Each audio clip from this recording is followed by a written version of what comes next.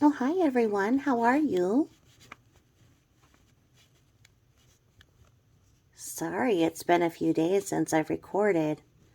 Just been so busy, the end of summer things. We're getting to the point where we're starting to lose, 45 minutes to an hour of daylight. And my kid, loves to go to the fucking lake every day. And if it's not the fucking lake, it's some other kind of nature. He loves nature. And I was thinking about it, and parenting doesn't have to be that damn hard, okay? I don't know how to explain this, but okay. So, my mom was a super stupid hippie. Like, she had me when she was 16, and I had my first when I was 16, but apparently it was totally different when I had mine because I got disowned from the family, blah, blah, blah. So my mom was just dumber than a fucking rock anyway. She was just, I'm serious, she's just a bimbo kind of dumbass. Like, when coupled with my stepfather, she was a monster. On her own, she's just misguided and just like a big, overgrown 2-year-old brat. Okay? So, when I was little, my grandmother um, was widowed very young. Tragic story. I'll just kind of give you guys a little history here. Okay, so back in the 60s, my grandparents had this fabulous house in a very, very nice place. It was on the South Hill in Spokane. I've talked about Spokane being my hometown before. And they had 5 children, and my grandfather was a traveling salesman. That's when they used to actually travel, like go out of town, drive. And they would have these fabulous parties at my grandparents' house, I guess. The house was built with a whole bar in the basement. The 60s wasn't too far out from the prohibition and whatnot. Basement parties were all the rage in the 60s and apparently 70s. Um, and so the stories that I heard later on, about my grandparents' parties were just always so beautiful, and just that they were just the best host and hostess and whatnot. And the story goes, my little grandma was so cute, and she just loved her husband, my grandfather. And they had 5 children, one of them being my father. And he was supposed to come home from his traveling salesman job. I think he would go out away for a week at a time to little cities, across the state and wherever. And she went and bought 2 dresses, I guess, that day because he was going to take her out to dinner when he got home. She couldn't decide which dress to wear. And as the story goes, so he had his partner with him, his traveling business partner, and his partner had a bad back. So the partner was laying down in the car, and this terrible dust storm occurred. It's called a haboob, Haboob. It's actually the name of a fucking storm. Haboob. It's like a big haboob. So it's when this massive amount of dust comes in, you cannot see anything. And so as the story goes, here it was in 1968, and he was driving and he got caught in the haboob and crashed, and he was almost totally killed on the scene.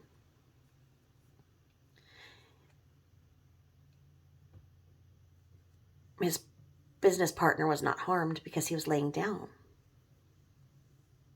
So as the story goes, the state patrol came into my grandmother's house and told her in the night, and one of my uncles was eavesdropping, so he knew that his father had been killed. And I guess my grandmother just sat there, and they told her that, he wouldn't make it by the time she could get to the hospital, even if they drove her. So he died, and she was just devastated. And she ended up wearing one of those dresses that she bought for dinner to his funeral. But she had never even learned to drive. She was just, she was just this cutest little grandma lady. So here she is with 5 young kids. I think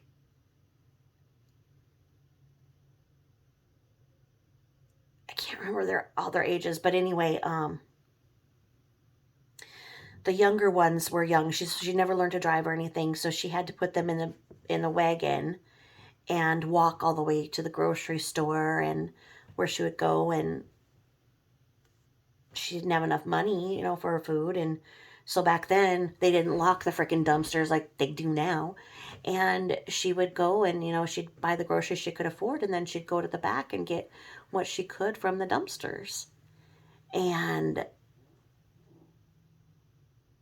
they, groceries in the dumpsters are just because they've past the sell by date or dented can, whatever, right? I mean, I hate that now they frickin' lock the garbages so you can, because liability, so we could say they got food poisoned or whatever.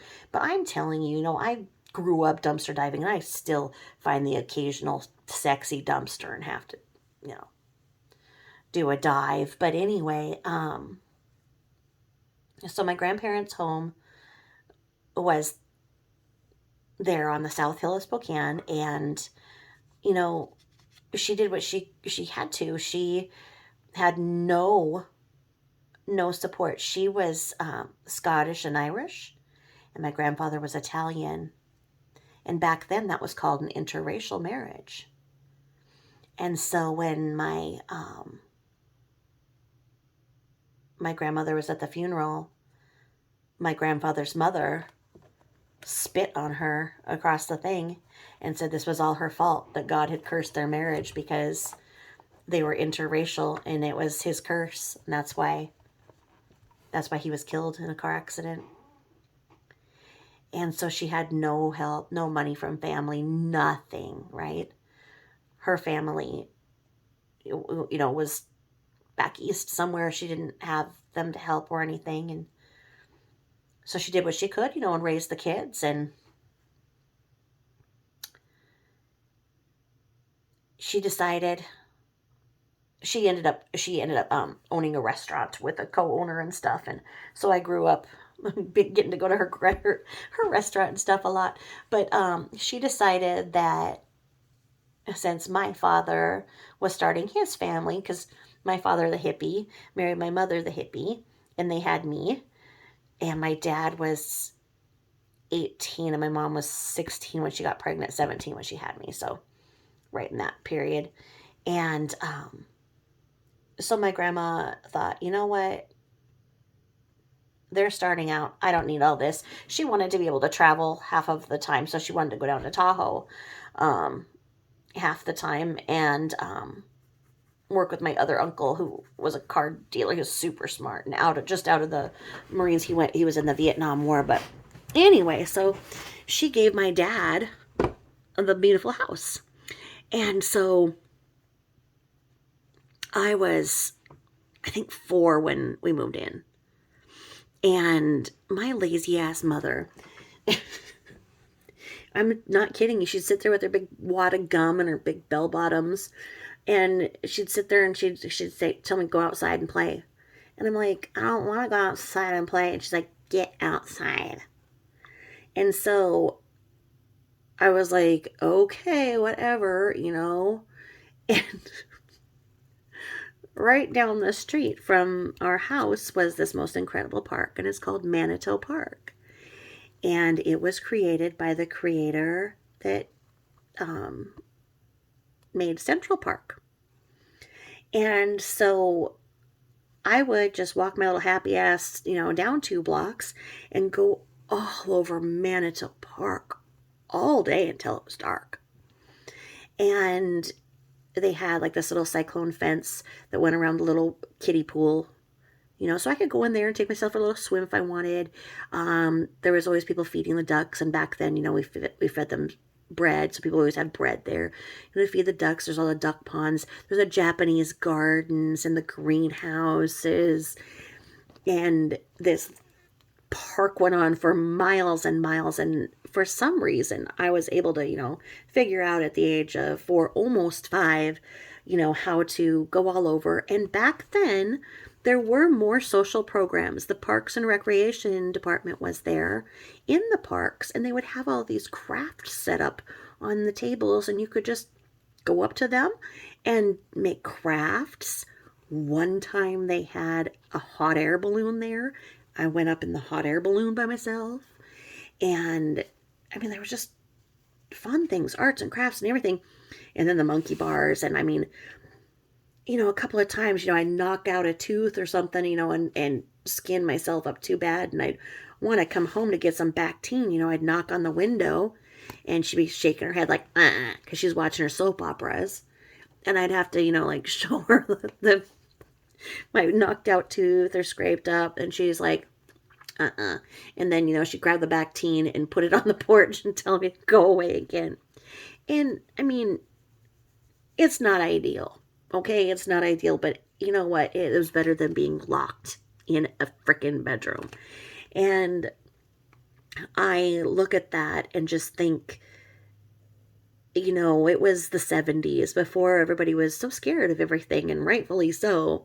I've never let my eyes off my kids, and like I've confessed here that I still check on them in the night, even, well, till they decided to shut the doors and tell me to leave them alone.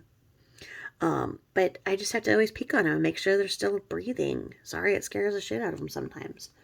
But I just look at that, and I look at Cece and Bella, and I know that people think I mix them up by saying that, but I'm not mixing them up. I'm just thinking of one first.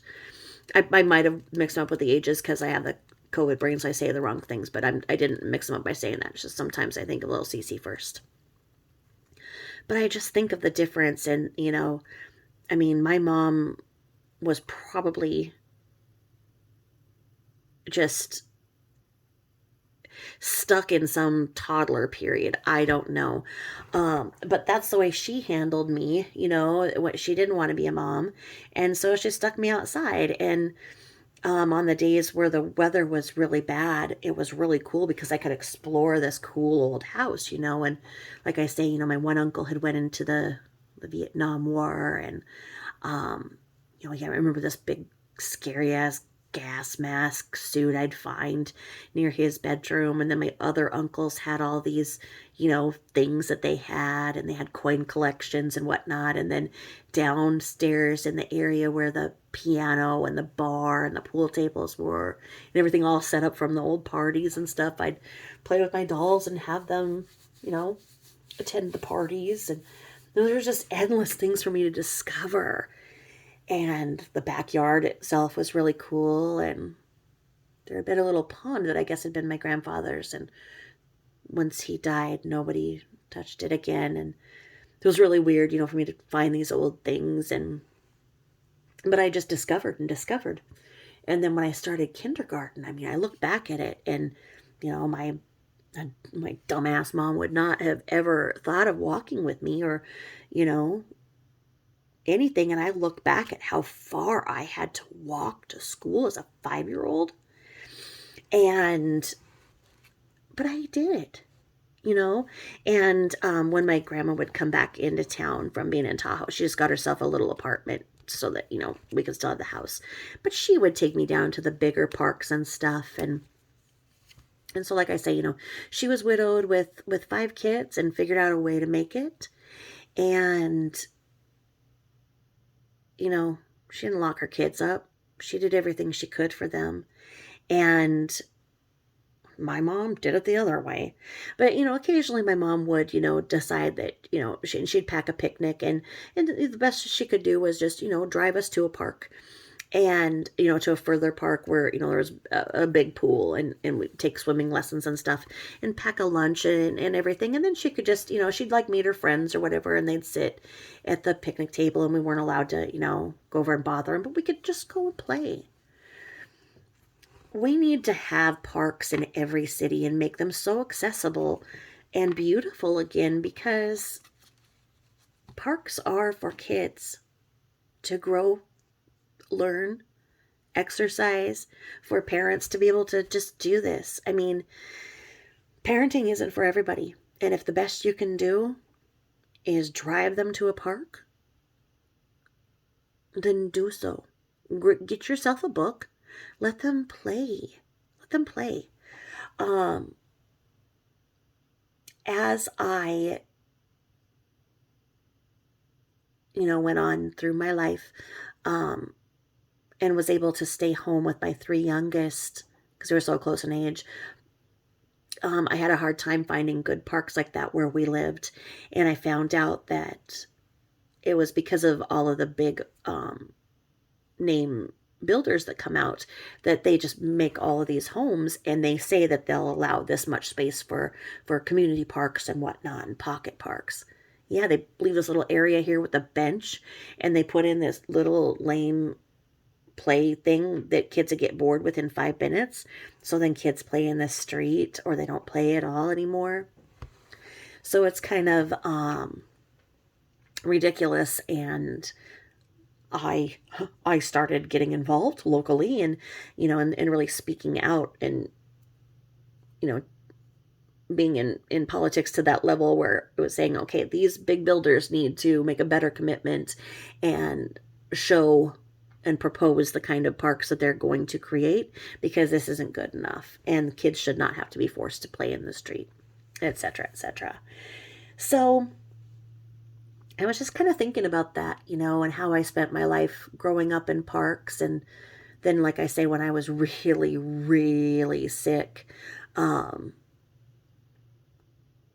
in the hospital all the time, all I could do was just get some stuff together in the morning, drive the kids to the biggest, coolest park I could find, and just, kind of, sometimes I'd have to like bring a blanket and just kind of lay down on the grass and stuff, but they didn't care. They could see me, I could see them.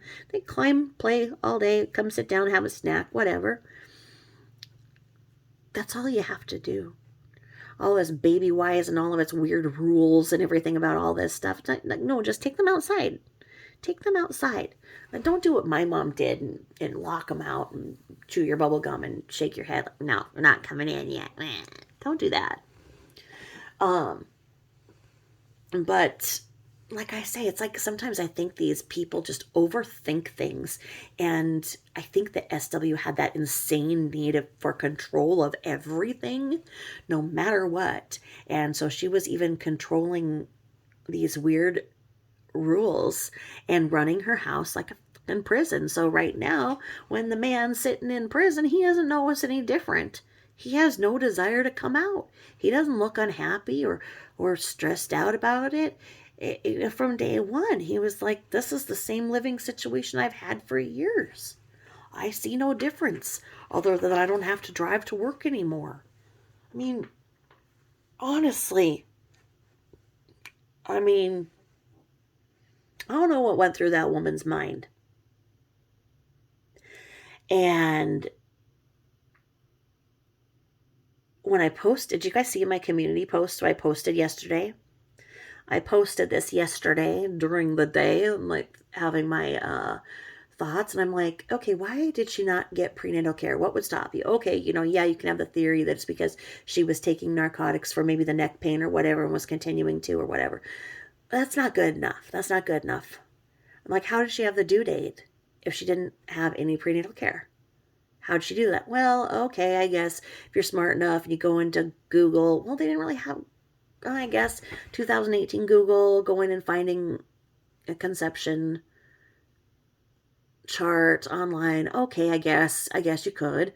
Being as she's so controlled with everything, she probably knew her rag right to the hour. And what do they say? Like, you just have to take your last menstrual period, subtract 3 months and 7 days or something. I don't know what I mean. So maybe she figured it out herself, but there's no way she knew it was a boy. There is no way. Being as she had absolutely zero prenatal care. And that's documented. That's a fact. And she did not have an ultrasound. That ultrasound that was put up for show and whatnot, that was one of Cece's. I have the proof. You guys will see, or I don't think I put it in the one that I put on the post, but I have it, where she straight up says, because Chris was being such an ass, she canceled the 40 ultrasound, and there's going to be no gender reveal party. And as you guys saw in the texts I posted on my community board, or if you haven't, go check them. I have some texts where she was complaining about what an ass Chris was being when he came out there to North Carolina. And so because he was being an ass, she wasn't taking care of the pregnancy. I mean, she was like, he made me pregnant, so he needs to get in here and treat me right, and he needs to do this. And then she's, meshing the Nutgate scenario into her justifying why she's not taking care of the pregnancy. And that one last sentence in that text, that was the August 4th, 2018, was what I wanted you guys to really consider, when she said, I'll eliminate the family. I won't just take them away. I'll eliminate them. Like, what?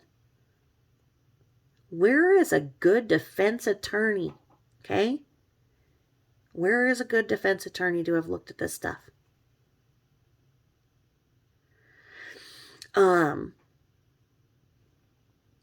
With all that she blabbed about her health problems, then anybody who was still believing that she had lupus and everything, I mean, because before she had passed, everybody still believed she had lupus in a pregnancy, and a little bit older, and supposedly with all these other health challenges. You bet your sweet ass she should have been in there. And when she was in North Carolina complaining about spotting and cramping and wouldn't go to the doctor because she was out of network, Muscusi, whatever is going on with you, if you are pregnant, you go to the emergency room and you sort the insurance and the bills later. Who cares about network, out of network insurance? Nobody does, and it's posted on every hospital that, wherever you are, if you need, especially a pregnant woman, care cannot be denied to you. You will receive stabilizing care, and then, if you need to be transferred to somebody in network or where your insurance, whatever. Well, if you're out of the state, that doesn't mean that you just don't go to the doctor because you're out of network. You kidding me? This woman was an idiot. She was supposedly 14 weeks pregnant with her third pregnancy, saying she's spotting and cramping and can't go because she's out of network. Well, supposedly she was a receptionist or took calls or whatever at the Children's Hospital in Colorado or whatever first. So she would have known that. I mean, granted, yeah, you could be afraid that, okay, there's going to be a walloping payment for being out of network or whatever. Okay, who cares? If that means that they can tell you, if everything is okay with the pregnancy, or, pardon just a second. Kisses. Kisses. Kisses. Kisses. Come on. I'm in here. Come here. Kisses. Kisses. Kisses. Come on. Come on. Come here. Come here. You're not alone. You're okay. You're okay. You're not alone. You're okay. Oh, sorry, guys. I know someone said it. I haven't gotten back to all the comments, but I saw you guys saying that some of your cats do that too, or your dogs do. She's just so funny because you can hear her. She'll talk to me through it. She's wah, wah, wah. And then when I, because before I say anything to her, she'll be out there just making it echo all through all the walls and everything. And, I tell her she's not alone. She's like, oh, all right. Okay, I'll stop it until you come to bed. And then I'll jump on you and cuddle you. She's so funny. But anyway, I'm sorry for that little interruption. But, it's just bizarre to me that, but you know what, then I think about it, she probably wasn't cramping or spotting. It was just her BS, her drama, making sure that she's the center of all of her friends' attention, of all of everybody in the world's attention. Honestly, everything was such an attention-seeking opportunity for the woman, and you get caught into that whirlwind of thinking like, well, why didn't she? She didn't because she didn't have anything going on. Okay? That's why. Because it wasn't real. She was just pregnant. She was trying to guilt CW into feeling bad and forgiving her. Because, remember, the facts are this.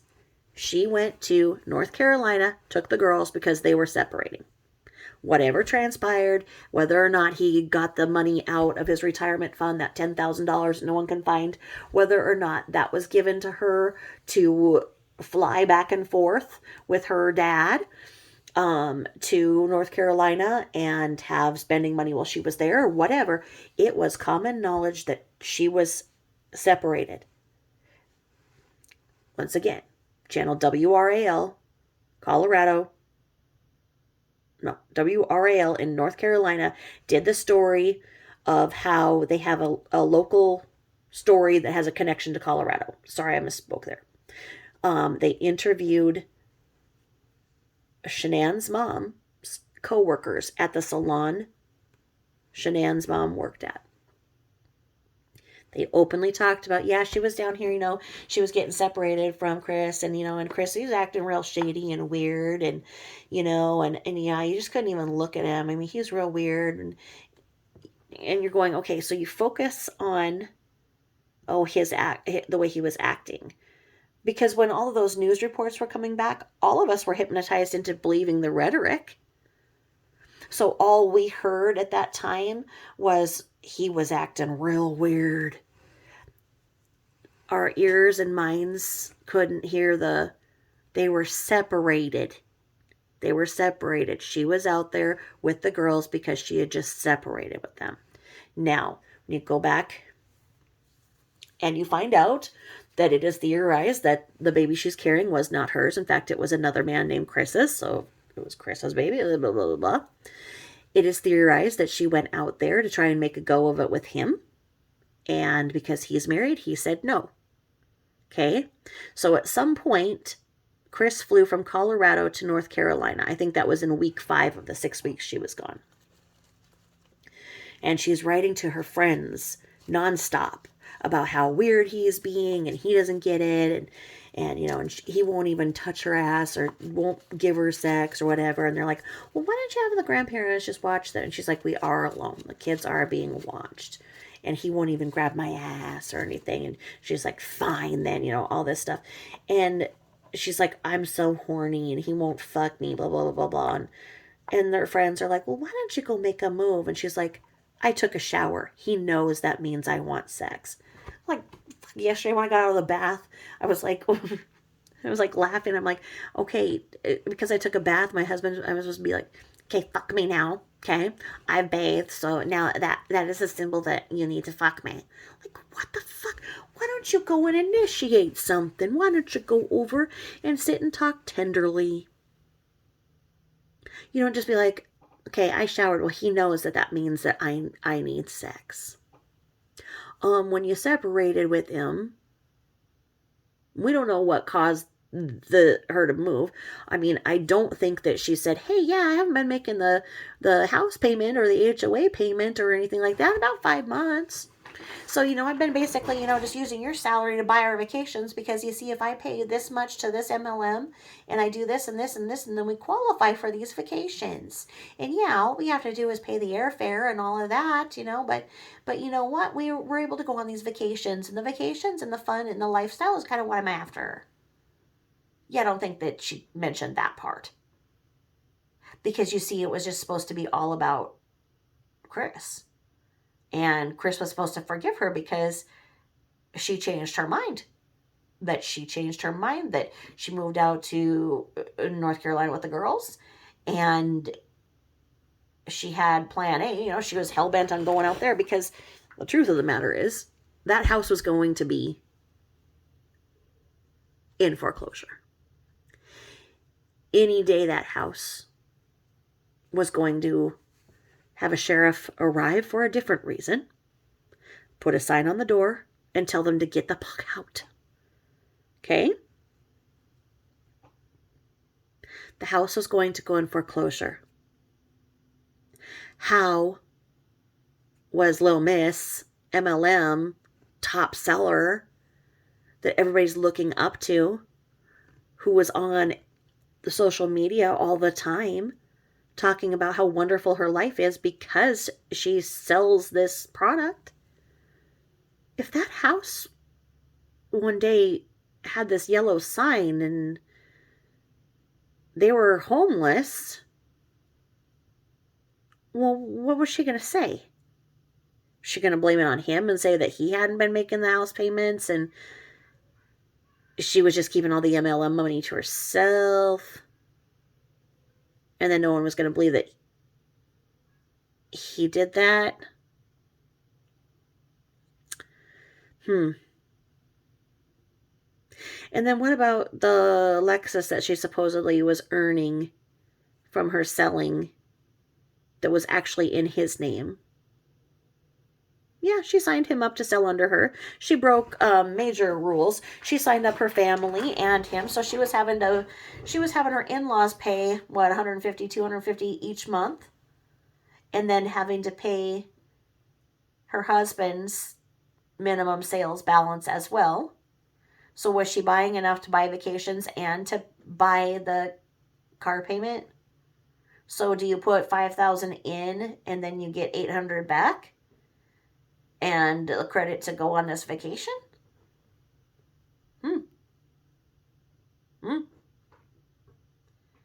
She had to leave. She absolutely had to leave. When she left, and she was having her friend get the mail so that silly old Chris wouldn't get the mail and see the notes from the bank.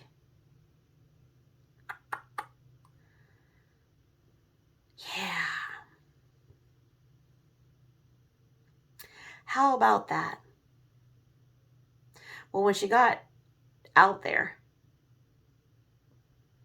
must have been fine till week 4 when the other Chris was like, I am not going to leave my wife and take responsibility for this pregnancy, have you move in. Because, see, that was her plan B. She was just going to tell everybody that, she was building it up for a long time, saying that Chris was malfunctioning no matter how many stickers she put on him. He wasn't knocking his shit off. She was laying the trap. So it was just going to be that, you know what?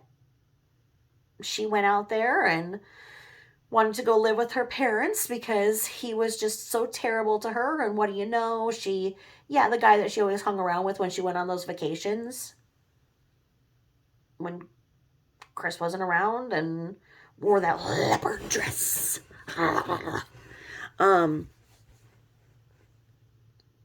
The leopard dress never fails, like she said.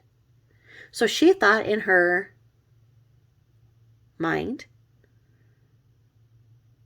that she had plan B. That, okay, she is pregnant, maybe with the other man's baby. Maybe that's why she wasn't getting prenatal care, because maybe the date of conception wasn't going to line up with when her and Chris A or Chris B humped. Whichever time she showered,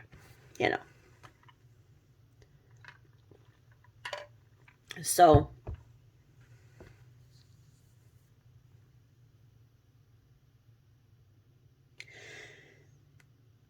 she was getting scared. The house was going to be in foreclosure. They were going to lose the house. How could she face that? So the only way she could do it is leave town like she did the last time. Go back the other way that she went the last time that she ran away. You know, when she was getting busted for the embezzlement shit and everything, and she went, woo, running to Colorado. Well, now that shit was getting real and she fucked up everything again and put everybody into the poorhouse, literally, she went back.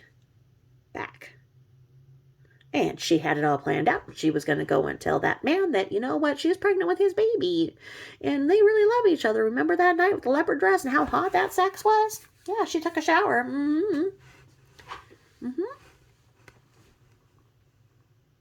And he was like, I was drunk.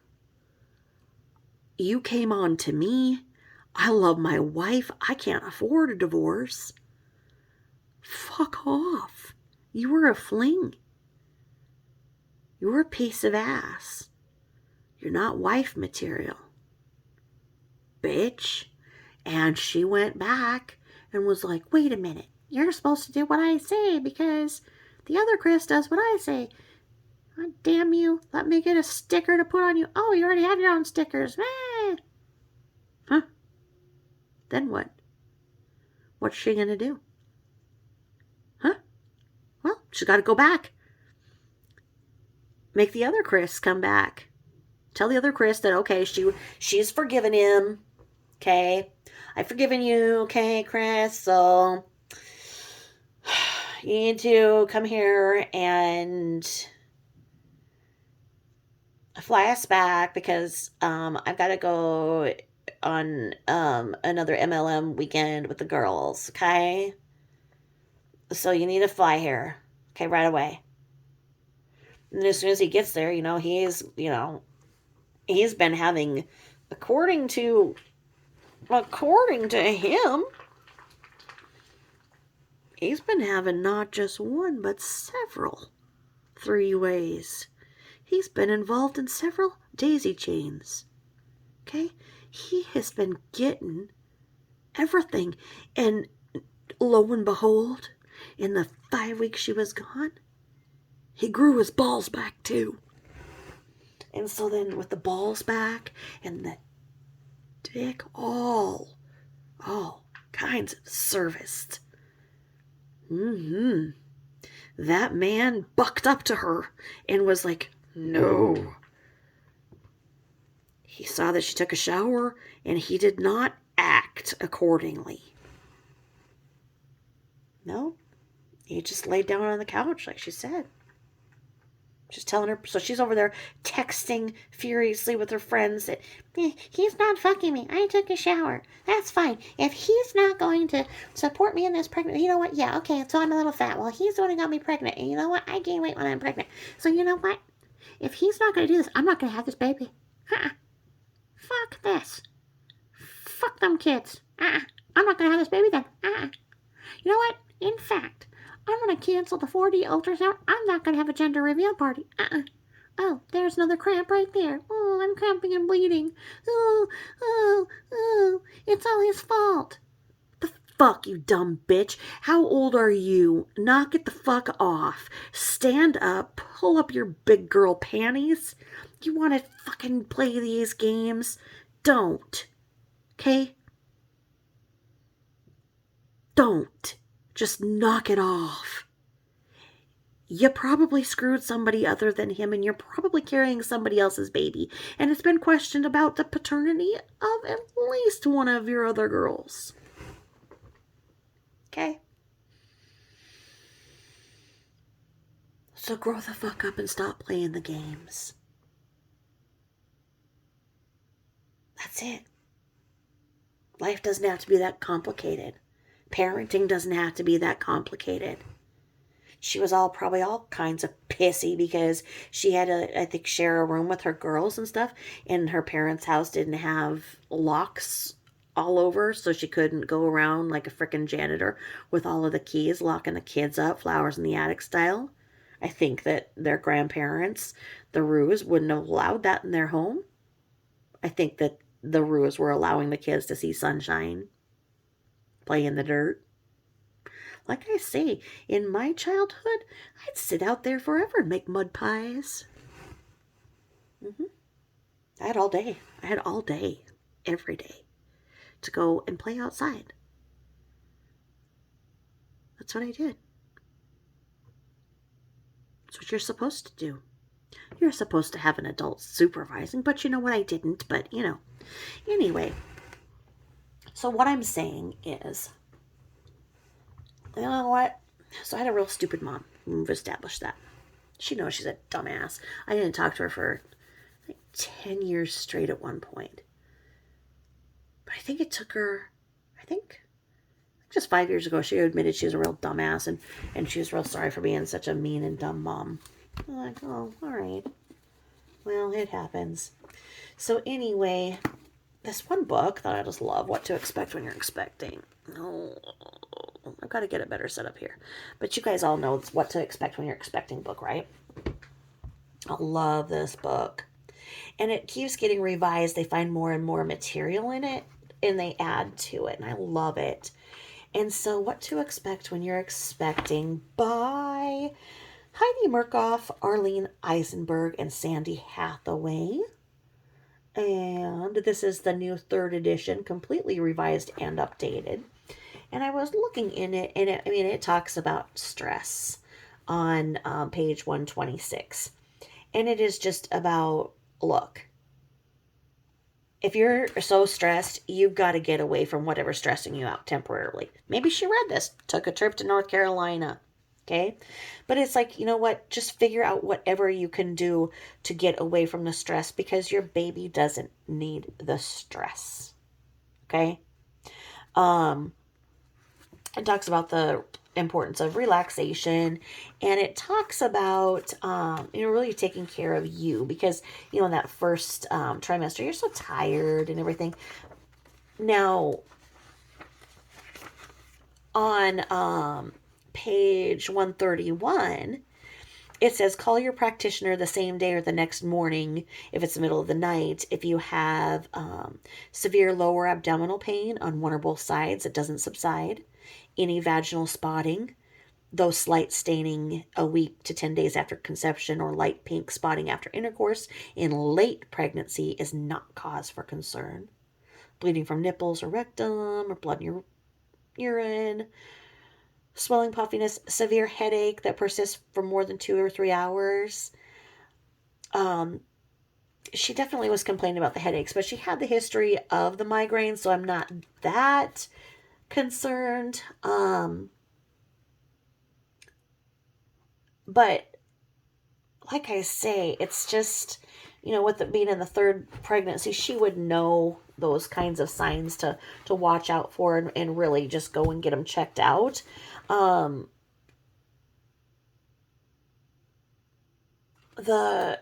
it also says that, like in that first trimester back on page 123, it's talking about getting medical attention, and it talks about heavy bleeding. It sounds like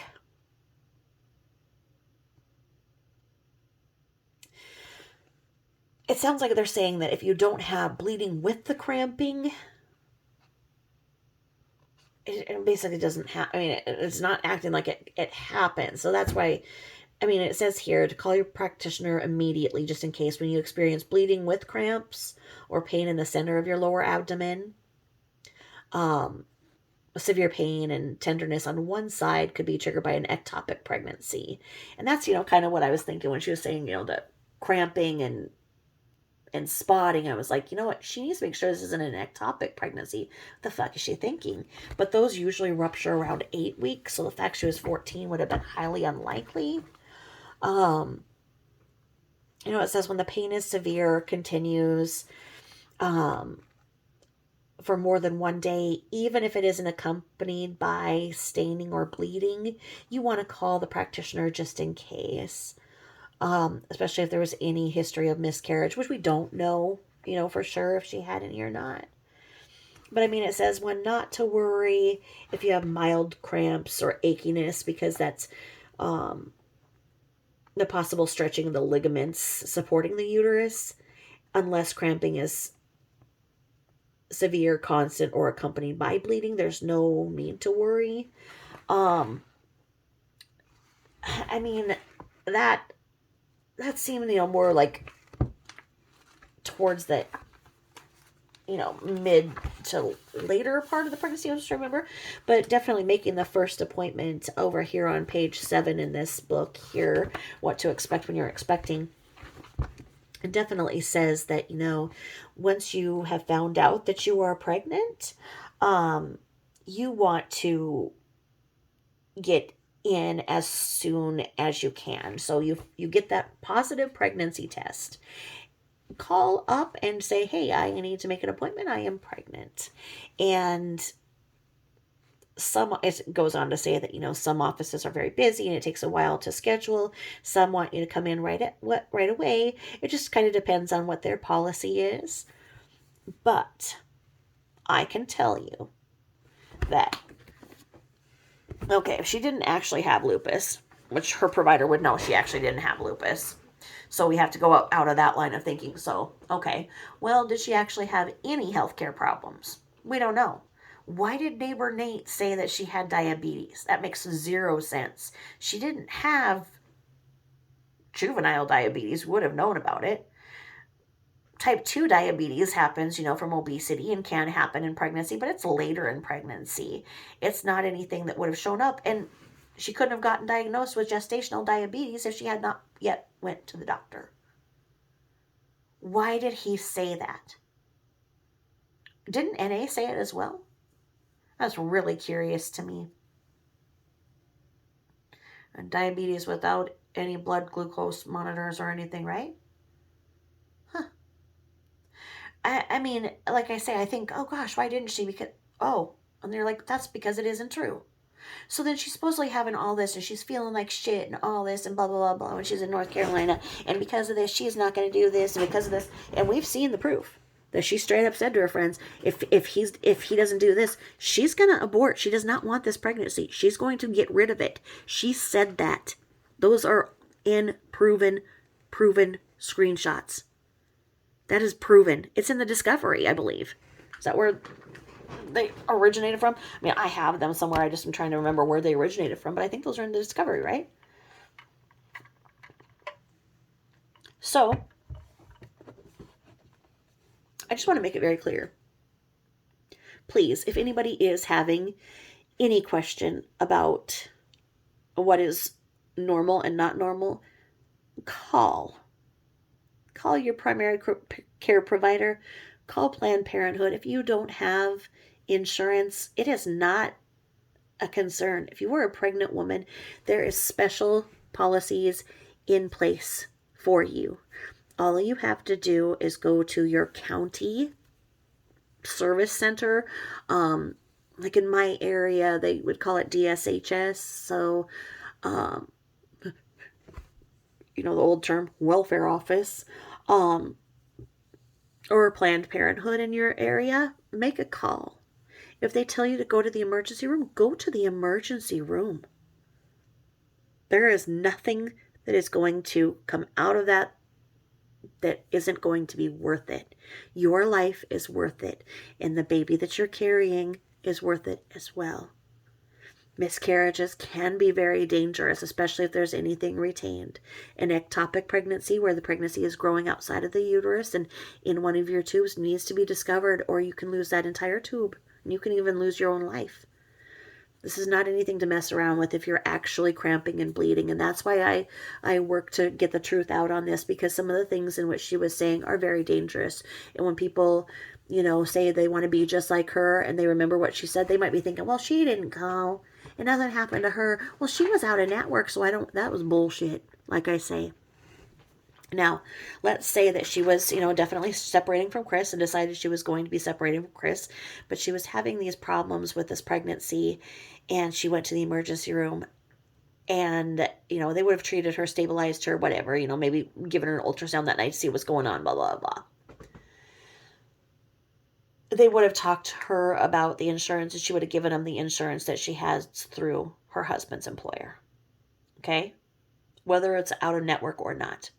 Now, what she would have done the next day, if she only had a brain, is, and if this was true, she would have went to the office of welfare, whatever, on an emergency basis the next day. And she would have filled out the emergency paperwork, and she would have said that she is a homeless, because she is not living with her parents, homeless woman that is with 2 children, and she is pregnant, having complications, and she is hungry, doesn't have the money for the emergency room, and she needs help. And they would have signed her up for every program, and they would have made the medical retroactive to like the beginning of the month, so it would have covered that visit that she had, and it would have just been a matter of providing that policy number. There's no reason that couldn't have happened. She didn't have any money. She didn't have any assets. She didn't have an address. She was separating from her husband, and she was trying to say that, he was abusive and whatnot. So, knowing her, she could have put that, on the description and said that, hey, I've got my girls. My in-laws just tried to kill my child, That's what she was saying to everybody else. So say it to freaking welfare workers so that you can have coverage on everything, and you can make sure that those girls have food. Why not? Why not? And if any of the possible scenarios are true that she was on disability, she would have had a medical coverage through the state, which would have covered wherever she's going. I understand there's a difference between state and federal, but if you are in a different area, it's a matter of just calling, and they can give you the out-of-network approval code, whatever. Just so crazy. If you're in another country, yeah, I was about the same term she was when I was in Mexico last with my 4th pregnancy, and I started getting, really horrible pain, which turned out to be the obstructing kidney stone, obstructing my kidney. And, I left my vacation early.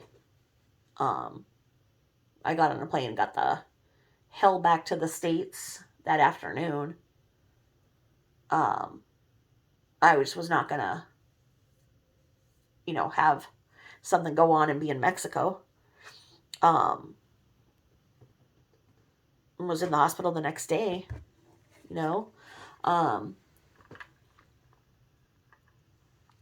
which is a long and sordid story I've told you guys about. But even when I was 16 and pregnant with a dumb mom, so it's not like I knew anything about pregnancy from my mom, because my mom was real dumb. I knew that my boyfriend and I had had a slip up. So I was waiting for my period to come. And my period was pretty regular at that point. I was just 16, but I had my period since I was 12. So when it was like 2 days late, I was like, oh shit. Oh shit, oh shit. I didn't know what to do. And I went to a place called Birthright. It was like this 80s thing where scared pregnant girls go so they can talk you into having somebody adopt your child. They just don't want anybody to have an abortion. So they just tell you pretty much your only option is adoption. But I was able to go there, even being 2 days late, to get a pregnancy test to know. And because I was afraid, I didn't know what I should be doing and whatnot. And the next day at school, I was really scared, because by that time I knew I was pregnant, so I was like 4 days late for my period and knew I was pregnant. And in PE, we were supposed to do jump rope, and I froze. I was too afraid of jumping. I didn't know jumping was going to hurt the baby, And so I started crying to my PE teachers, like, what's going on? And I'm like, I can't jump rope. She goes, oh, you got your period? And I was like, I wish. Cried my eyes out. And she's like, oh no, sweetheart. And I was like, yeah. I was like, I don't know if I can jump rope. And she's like, just go to the nurse's office. Go talk to her about it.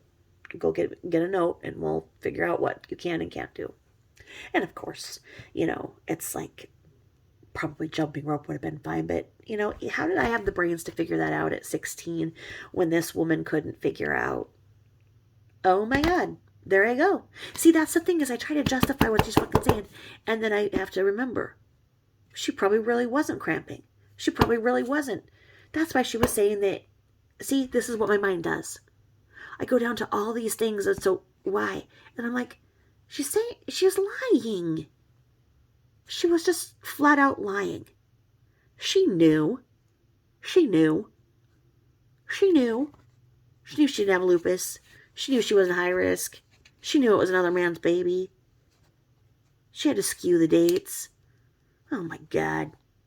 See, this is the thing. I need to tattoo this on my forehead and be like, SW was lying.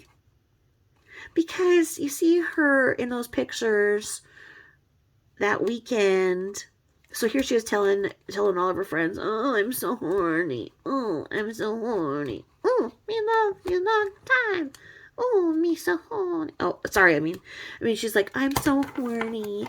I'm so horny, and Chris won't do anything, and I took a shower, god damn it. I mean, she was saying she couldn't drink anything.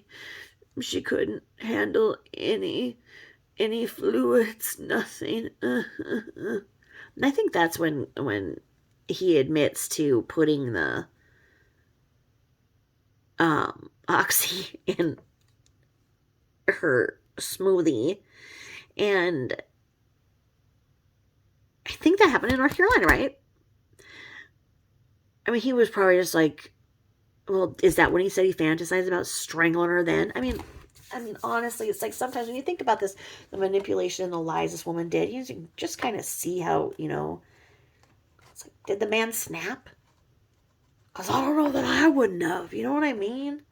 Just like, I was like, woman, shut the fuck up. So she said, okay, he said he put 3 oxycodones in because he said she told him to get her headache medicine, and he put oxycodone in instead. He put 3 in, trying to impose a miscarriage. Now, there are people that say there's no way because in 2018 oxycodone had been made so that you could no longer crush it up and snort it. It was that coated. And the question is whose oxycodone was it? If it was hers, where did she have it? If she was 14 weeks along, had not had prenatal care, she certainly as fuck did not have a doctor prescribing her oxycodone for anything. That's something you need to be supervised very well on when you are on pain medications, when there is no other alternative and you have to be on pain medications during the pregnancy to avoid other things from happening. It's very well supervised. I know this because of the massive amount of pain that I was in, and I would refuse to take my pain medication, which would repeatedly cause me to go into premature labor. So that's how I ended up not being able to get out of the hospital, because they knew that I would not be compliant and I would continue to have premature labor. So I was just so scared that something was going to happen, and then I would have premature labor and they'd have to stop it with terbutaline and all this stuff and blah, blah, blah, blah. But I wouldn't even take the pain meds. I just would not do it. But my body then would be so stressed out that, yes, I would go into premature labor. And you feel premature labor differently. When you have premature labor, it's really weird. It's pressure as opposed to pain.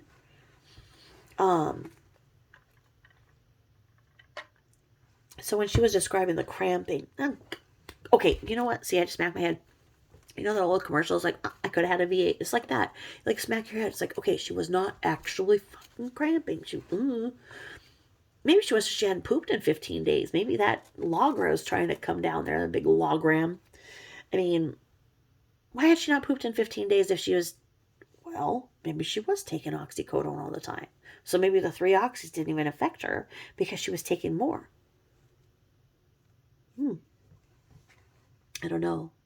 My best friend asked why they did not pursue charges because he admitted to putting the drugs in the smoothie.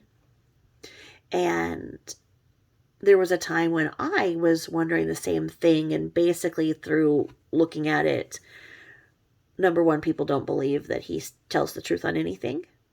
Number two, there's no proof other than what he said. If she would have said, hey, something made me direly sick and went to the emergency room, and they took her blood and she popped positive for that, and she's like, I didn't take this. I would not take opioids. I am pregnant, sir. Then, okay, what happened? And then that would be there. And of course, somebody would have asked him. Some woman in a striped hamburger suit would have zoomed in, and he would have told her all about it. There, case closed. So the fact that they don't believe what he says and there was no proof are the two things. And then because when he was already looking at the charges that he was, what difference would this be? I mean, for the principle of it, you would like it, but let's face it, the prosecutor isn't going to do anything that's going to get thrown out, and that could have gotten thrown out.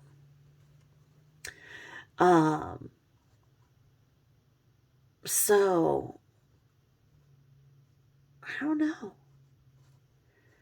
What, the more I see the way that she wrote things to me, and that from my last reading of Controlling People, when we were discussing how controlling people make you feel that you've done something wrong. So here she is, had set them back up, they had claimed bankruptcy how many years prior, and they were already back in that amount of debt, plus how much more, and the house is going into foreclosure. They would have had no equity on the vehicle. So she has done all that. And here she is expecting him to forgive her. But he doesn't even know all of that. He had no idea until well after this was all done. He did not know this. So here she is. And she's like, he needs to forgive me or I'm going to abort this baby. He made me pregnant. Like she had nothing to do with it, Grown-ass woman, you know when you got pregnant, how you got pregnant. And it's your responsibility to take care of that fetus, whether or not the adults are playing nicely.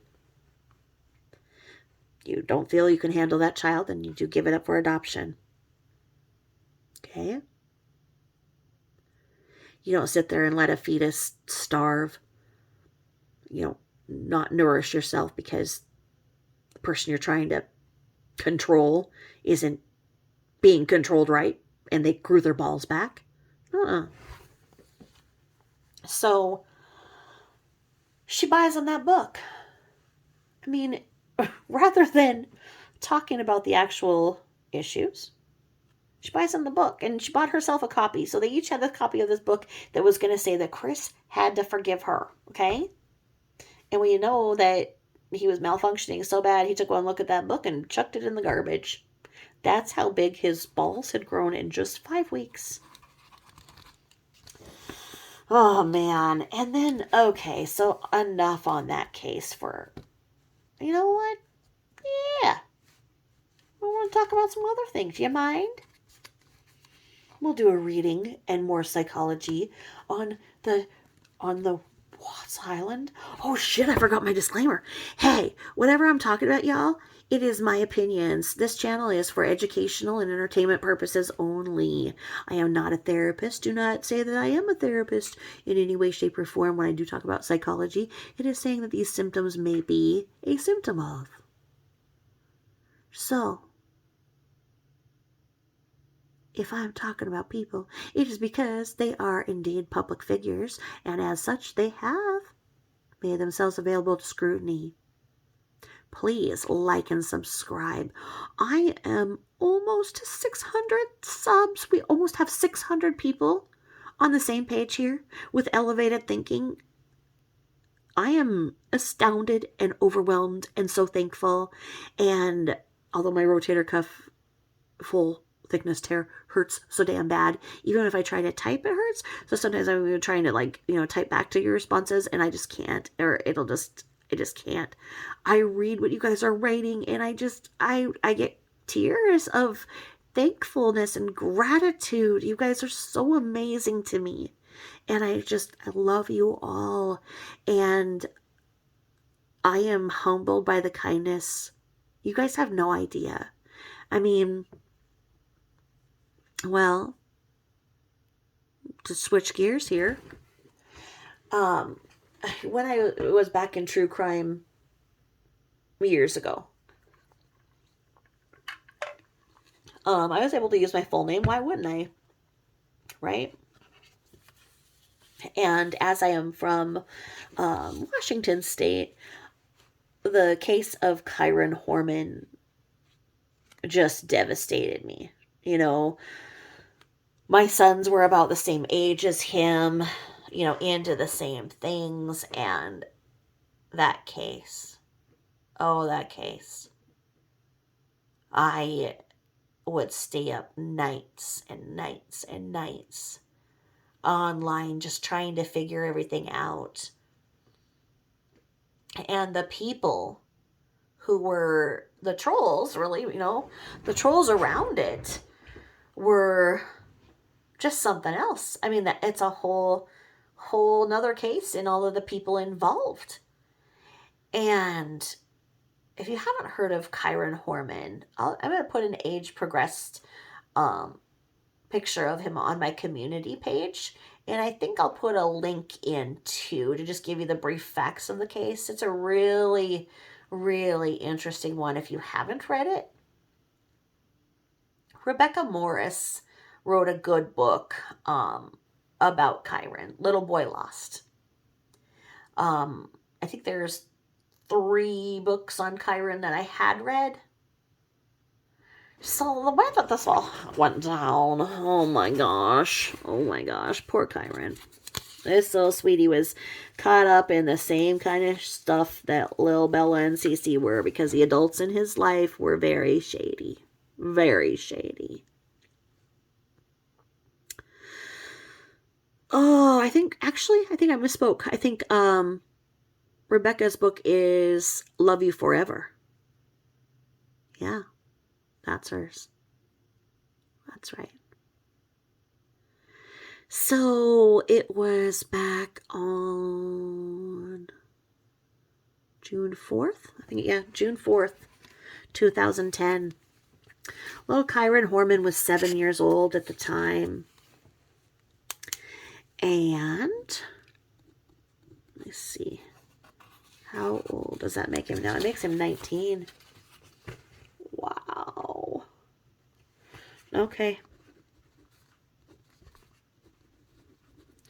I gotta absorb that in my head for a second. Write that out. Yeah, he's 19. He would be 19. Okay, so Kyron was in this little situation. His birth mom, Desiree, what a freaking beauty. Desiree is this beautiful woman. Her eyes are so pretty. Those blue eyes that are just that one kind of just crystal blue, and just, kind of blondish hair. Just a really, really nice lady. And I think she has only one other child. Well, she had one older boy, and she was with Kane. I don't remember if Kane and her were married. Were they married or just living together? I don't remember right now. COVID brain. So anyway, very similar. This is another similarity, is that Desiree had kidney stones, like a kidney disorder, and all kinds of problems with pregnancy. And she was from Canada. And so she had to go up to Canada, I think, for the surgery after she had Kyron. And so her best friend, Terry Moulton Horman, the Red Squirrel, if you haven't heard, said, I will take care of your baby. You take care of yourself, okay? And Desiree was like, I can't leave my baby. How are you going to do this? She's like, you know what? It's fine. I'll move in with Kane. I will take care of the baby. It'd be my pleasure to do so.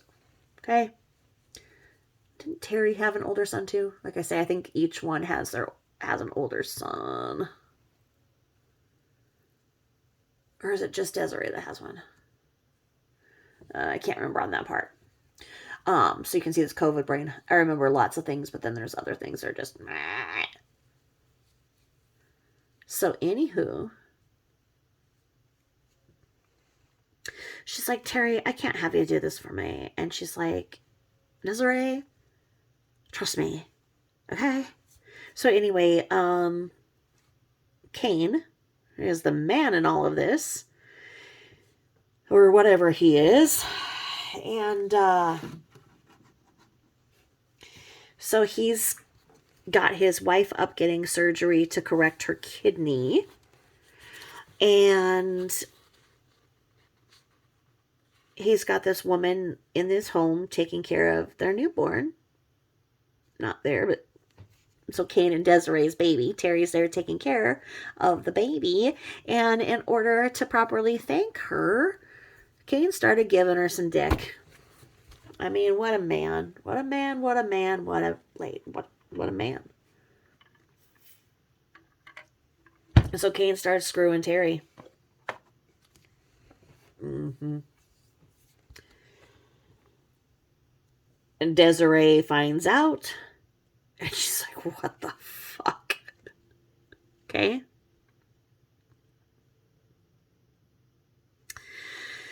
Well, time goes on. Kane and Terry get married. Desiree remarries. To a detective, nonetheless. Now, Terry had formerly been a teacher. And Terry was open about how strict she was about teaching children. And teaching Kyron was no different. And she was right there, though. She was a hands-on parent. She helped Kyron make this beautiful bridge project. She took him everywhere. She took him to the zoo. She took him everywhere. She, Terry, was a good stepmom. Okay? I say that, and I know that right now there are trolls that just, their insides just came out. Because, I'll explain later. But, from what I can see, and once again, this case, as in the other we talk about, was picture perfect.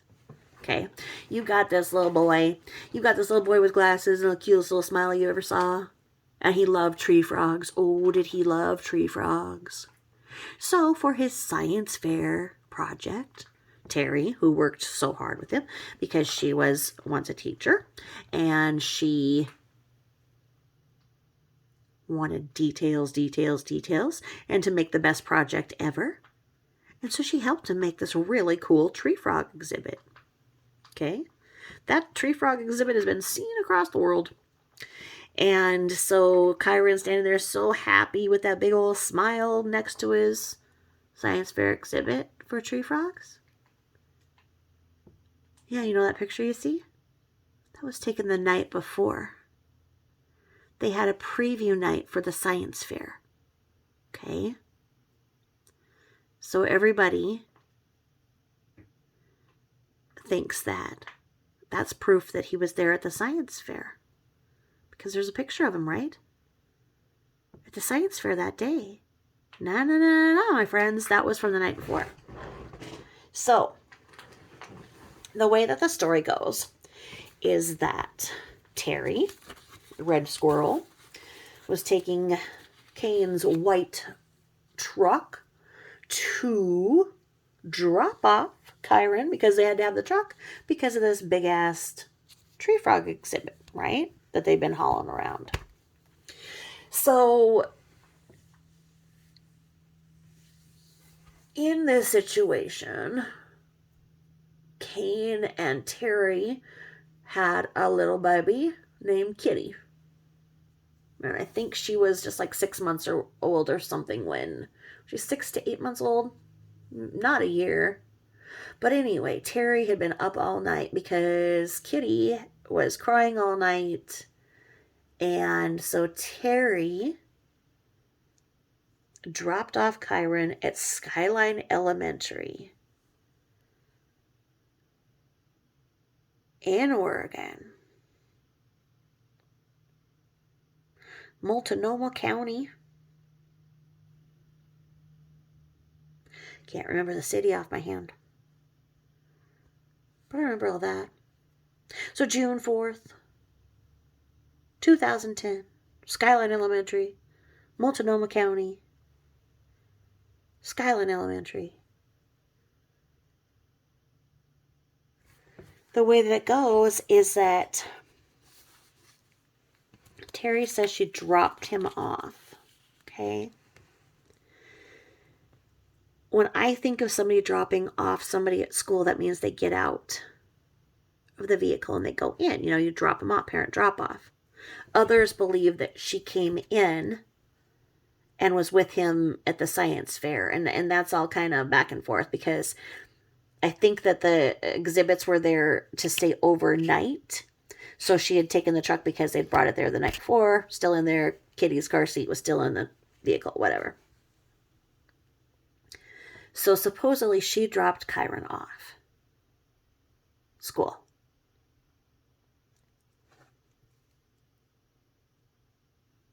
Okay. Well,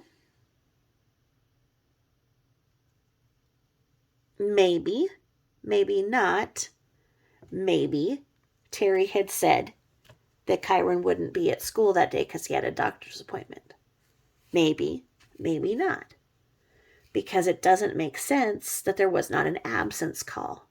But it is said back and forth that Terry said to somebody, a teacher, whatever, he wasn't going to be there because he had a doctor's appointment.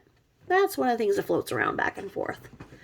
Whether or not Terry was seen inside the school that morning.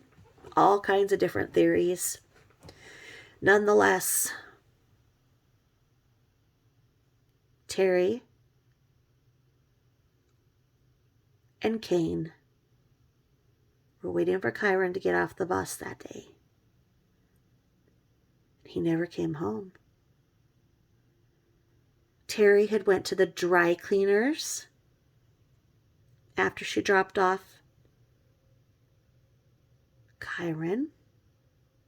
And she went into, I think it was Fred Meyer, to go and get a prescription for Kitty for her ear infection. And some Tylenol. So she was seen at the dry cleaners, and she was seen at, like I said, I think it was Fred Meyer. And I thought they said that she went to the gym too that morning. So by all accounts, that's what she said she did that day. She dropped off Kyron. She didn't know why he didn't get off the bus. Doesn't know why nobody called in. Called asking for where he was. He was marked absent, but there was no call to the parents as to where he was. And from the beginning, all eyes go to the stepmom. Because why? Why? Because we all watched Cinderella when we were little, and we know that the evil stepmom wants to get rid of the child because she has a brand new one. She has a new little boy, little baby girl named Kitty, who's just so cute. Is that why? Because everybody looked at Terry. And it was said that Terry tried to get a hitman to kill Kane, and that she tried to pay the landscaper to kill Kane. She tried to give the landscaper $10,000 to kill Kane. And that she dug up some old boyfriend to kill Kane, but she was actually just screwing him. And then we enter into the Red Squirrel's best friend named Desiree. Desiree Spider, we'll call her. So the spider and the squirrel. Okay, we've got Dee Dee Spider. We've got Terry the Red Squirrel. We've got the spider and the squirrel, two redheads. Okay. Well, major speculation on those two. Okay. Somehow it turned out that there was an eyewitness that saw Kyron leave out the back of the school and get into a white truck. And that went down this one road. And then there were cell phone pings from a place called Suvi Island. And there's all these weird stories about weirdos on Suvi Island that have seen things and heard things. And oh yeah. I think Terry had an unexplained scratch on her leg that day. I think that was the only thing. But, you know, these are the last few days of school. Beginning of summer. And you've got everybody in Multnomah County absolutely shell-shocked. Absolutely shell-shocked. Where is Kyron Horman? Is there a kidnapper? Did somebody kidnap this beautiful little boy? Is he being held hostage? Is he being tortured? What happened? What happened? But I bet you the stepmom did it. I bet you it was the Red Squirrel. Okay? So, time goes on. And everything gets pointed to Terry. Terry did it, Terry did it, Terry did it. You know, they did news conferences together. The Kane, Desiree, and Terry. And you see Terry looking down. And you see Desiree crying. And you see Kane kind of looking down and kind of confused. And that news conference was what spurned a lot. They say that they didn't see any emotion in the Red Squirrel. And that really started things. Now there were, receipts too, screenshots where, Terry was frustrated with Kyron. Kyron could be a little shit. All little kids can be a little shit. Okay? But they were just convinced that she killed him. Well, the big theory is that... Okay, so the biggest theory that I found could be true, if it was indeed the Red Squirrel and the spider, from everything that I read and studied, this would be the only way I could see it could be. And this is, disclaimer again, my opinions. This channel is for entertainment and educational purposes only. I theorize with everything that I went down in all of the years that I had studied it. This is the only way that makes sense if it is option A, which is Terry. Which I believe there's an option B and possibly a C. If she did it, if the Red Squirrel did it, she did it with Spider. Red Squirrel's driving. Got the car seat in the back with Kitty. Kitty's sleeping. And you've got the spider, best friend, crouched down in the back seat behind. They go by the school. They drive through the parking lot. And they tell Kyron that they're going to go pick him up in the back. So he just needs to walk through the school and then take him in the back. And then she'll go get him, a Happy Meal or whatever. He just needed to go in there and go in the back. So that explains why, it's there.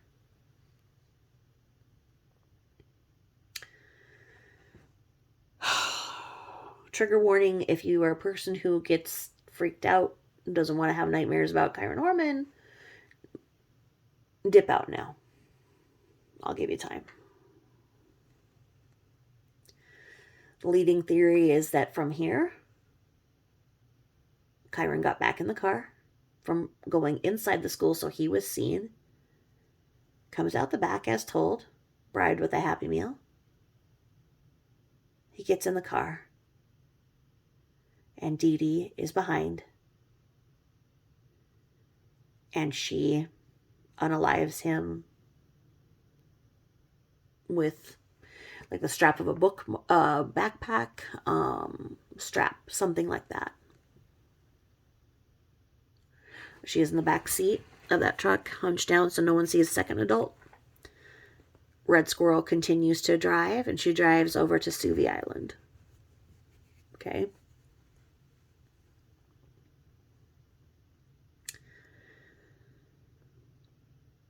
Somebody deep, deep in the case once lived with the spider. The spider's dad was in law enforcement. Spider's dad trained canines. So the spider knows how to outsmart a canine and cadavers. And the spider had a hobby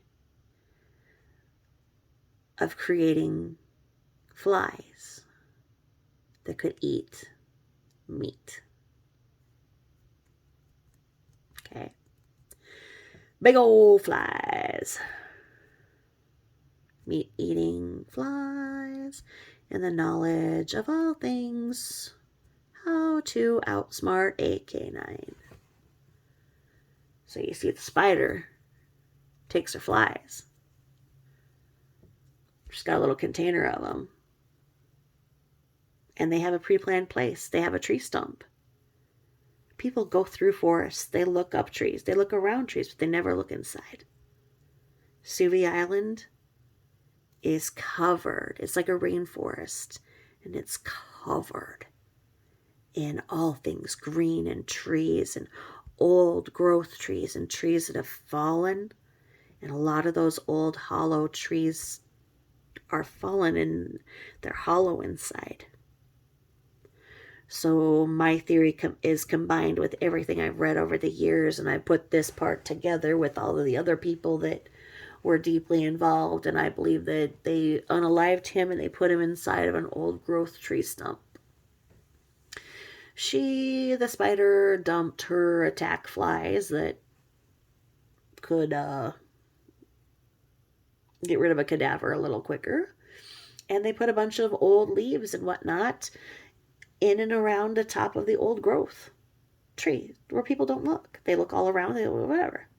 But they were deep enough in Suvie Island with everything else that goes around, so there would be no heat signature. There would be no tracking of what, because they're careful and they know Oregon. They know Oregon well. And Oregon is an animal. I mean, Oregon, if you've never been in central and western Oregon, you have no idea what I'm talking about. But it is a forest, like a forest on top of a forest. And they would have brought their own things to also put on top of him inside the old growth tree stump on Suvie Island, where the last ping was. And that's that. Now, why? Well, Kyron was rumored to have been kind of touching little kitty's bottom in a way that was inappropriate. So that angered the stepmother, Like, what kind of creepy thing did you just do to my daughter? Where did you, you know, she didn't go to where did you learn to try and find out who the pedo in the factor was. She decided to get disgusted with him and she couldn't deal with him anymore. And rather than letting his birth mom, who very much was capable and very much wanted custody back of him, she didn't do it. Why would she not have just let Desiree take him back? Well, because Cain would not allow it.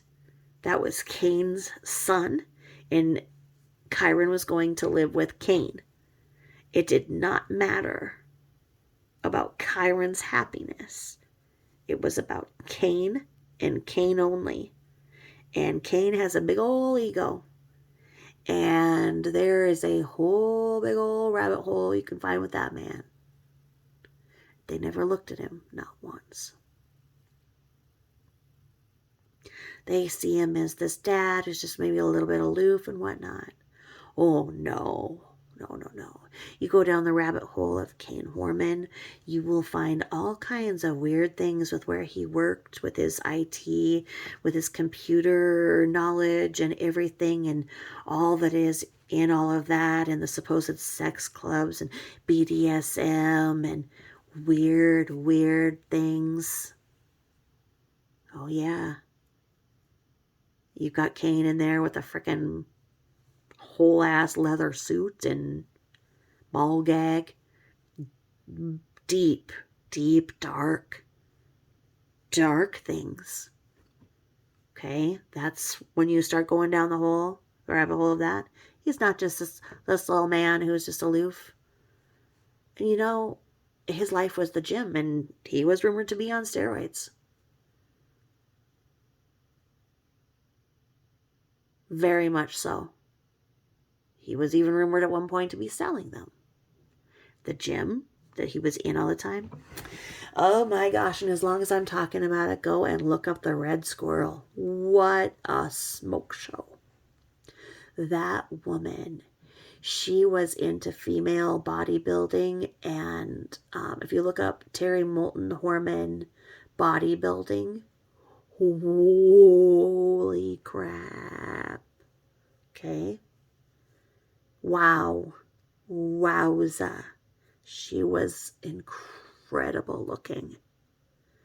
And, you know, when she got kind of tired, as motherhood does, and stopped imbibing in whatever substances she was, you know, so that she could get pregnant and have Kitty, she lost her bodybuilding self, and here Cain is at the gym all the time, and she can't get to the gym because she's taking care of his kids. And here it's rumored that he's screwing other people. He's having his whole underground sex club and everything else. Well,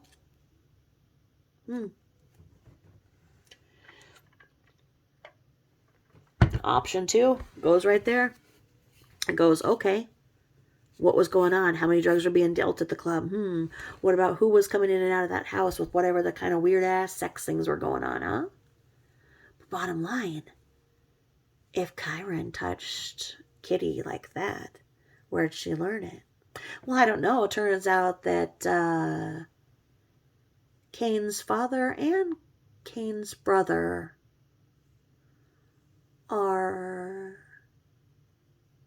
rumored to be, or actually convicted of, touching children inappropriately. Never heard that, did ya? So, anywho, the thing that bothers me about Cain is that he threw away all of Kyron's stuff at the gym, in the dumpster. And some people found it and got it out because there were all of these memorials for Kyron everywhere, and why not add some of that? Why would you drive it to the gym and throw it in the dumpster? A grieving father? I don't know. I don't know. Well,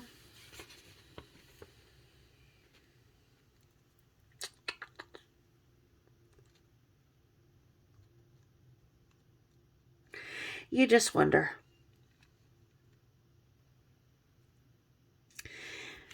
Because then that goes for option B. Did the grandpa or the uncle touch him inappropriately, and then he was telling and something happened? Don't know. That's your option B. C is your regular old kidnapper who might have just gotten away with this because everybody was focused on Terry. Now, as in the Watts case, there are trolls among us. And you don't even know the definition of trolls until you've seen Kyron trolls. These are trolls on crack. You kill one and 10 come out. They went and they made all of these Facebook groups. Kyron this, Kyron that. Oh, that wasn't good enough. So Kyron World Soldiers, Kyron Soldiers, Kyron Soldiers in Oregon, Kyron Soldiers in Washington, Kyron Soldiers on the Moon, Kyron World Soldiers. And there's 2 ladies with the same name. And you know what? Those gals, oh God, they are looking for Kyron everywhere. And they have all of these GoFundMes all the time. And they have for all of these years. And in the first few years, those 2 girls with the same name in all of their Facebook profiles, they were making more money than they had ever seen in their lives. And they were looking for Kyron everywhere. I mean, in their purse, they looked for Kyron. Every time they got in their car, they probably looked for Kyron. They did car washes to raise money for Kyron. Probably looked in the bucket of suds for Kyron. Because they had all this money going to the 2 of them to find Kyron. And you know what else they do? They harass the red squirrel. Okay? So they go with their sidewalk chalk. And they went to Terry's house. Terry had been adopted by an older lady. She was older when she adopted. Nice family. Terry went to live there to get away from it all.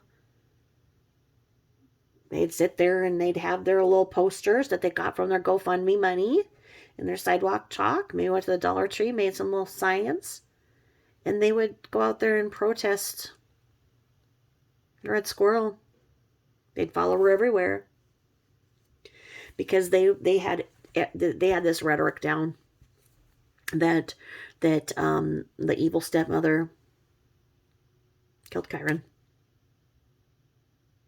And they were going to find where she dumped Kyron. If only they had more money. So I'm not even kidding you. Not only were there GoFundMes, there were people privately, and are people privately, giving them money and money and money and money. And I know of several little old ladies that send a little check to them each month to this day to go and look for Kyron. In their pockets, in their purses, in their house, maybe in their house. Okay? But they haven't done a damn thing to show that they've actually done anything with the money that they should be.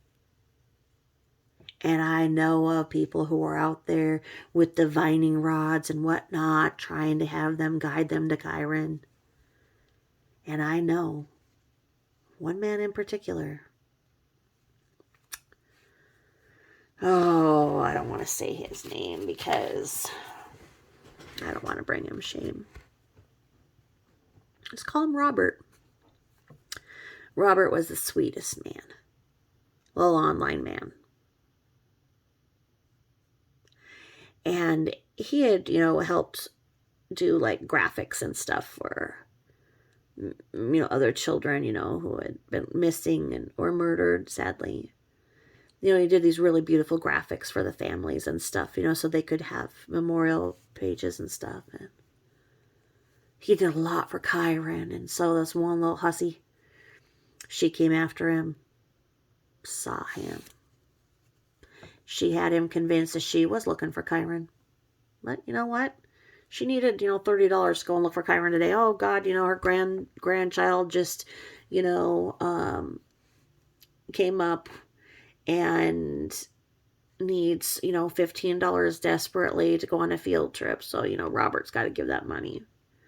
Well, she needs to go look for Kyron some more that night. And so, Robert's got to give her some money. And she thinks she's just stumbled upon Kyron and she's really close to finding Kyron. And so he's got to give her, he's got to cough up 100 because she's actually got to go out of town okay? And it went on for about a year. The man gave her every cent that he had. And then he hung himself. Oh, yeah. This man unalived himself because he gave this chick all of the money that he had so she could go and find Kyron. I knew what happened. I knew it. And I reached out to the family. It took me quite a while. But I found them and I told them what was going on. And it made a lot of sense to them because they didn't understand it. Because this man was just a super nice man. Had a heart of gold. Just couldn't say no. You ask him for the shirt off his back, he's going to give you his underwear too. And he gave that idiot all of that. And this one wasn't looking for Kyron. Oh, and it goes on and on. I'm telling you. So then if anybody got on any of these chats, just innocently to find out where the case is, and they think, well, good Lord, there's a whole army looking for him, and there's world soldiers and all this. So, you go in this, well, they're all controlled by the one or two people with the same name. They have all of these groups and whatnot. So then if you say anything about alternate theory, or maybe it wasn't the red squirrel, or the red squirrel couldn't be because of this or that, you better believe that you have the world soldiers. Oh my God. They will, they're just like I say, you hit one of them and 10 come out and they're like, like when you shine lights on a roach, like, big bright light, right? Yeah. Oh yeah. Roaches, roach trolls. And they aren't messing around. Okay. And they will find out who you are. They will dox your site. They will expose you. Because like I said, when I was doing this stuff, I was using my real name. Why wouldn't I? Right?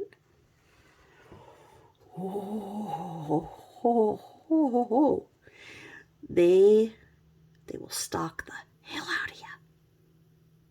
Because they don't want an alternate theory. Because they have everybody crucifying the red squirrel. There's nothing to prove she did it. Nothing.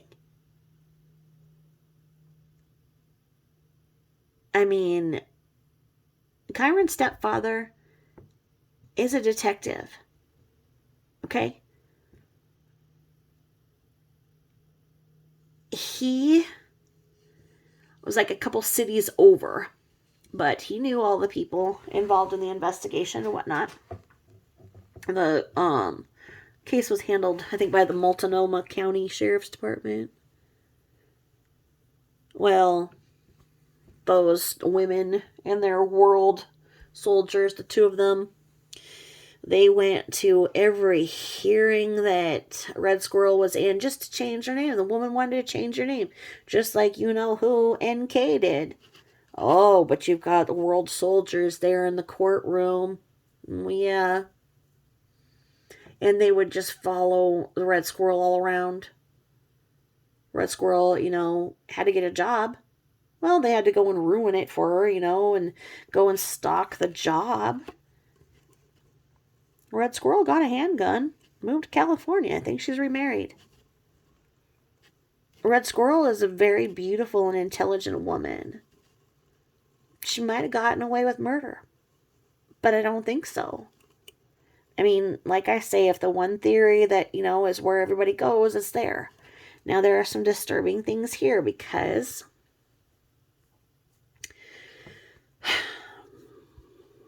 this bothers me greatly. There's this man who has dogs. Like, he finds bodies in areas that have been bombed. So he had him and his dogs, and he went to find Kyron. This man is world renowned. He is highly respected. Him and his dogs go everywhere. They have found bodies and remains. They're proven.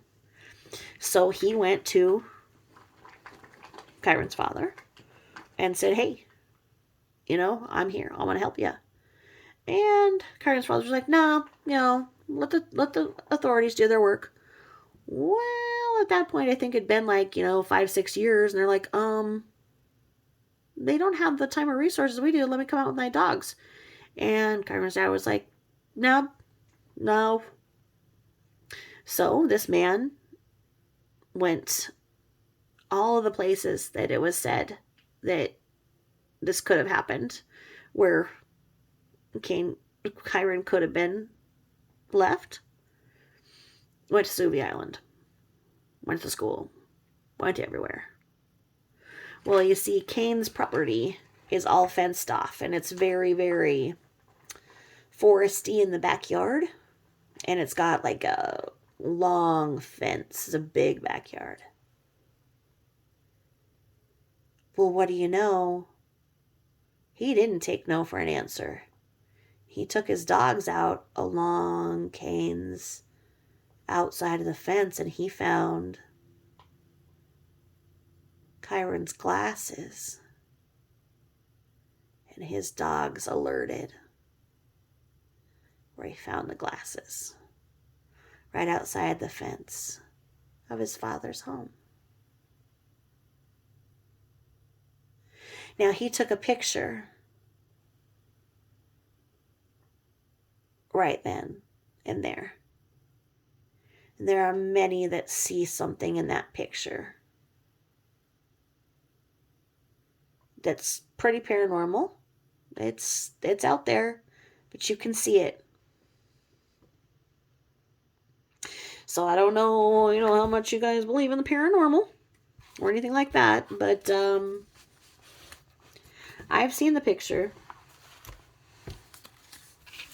And I have spidey senses. I believe in the paranormal. I believe that, there's a lot going on that we can't see. Doesn't mean it's not there.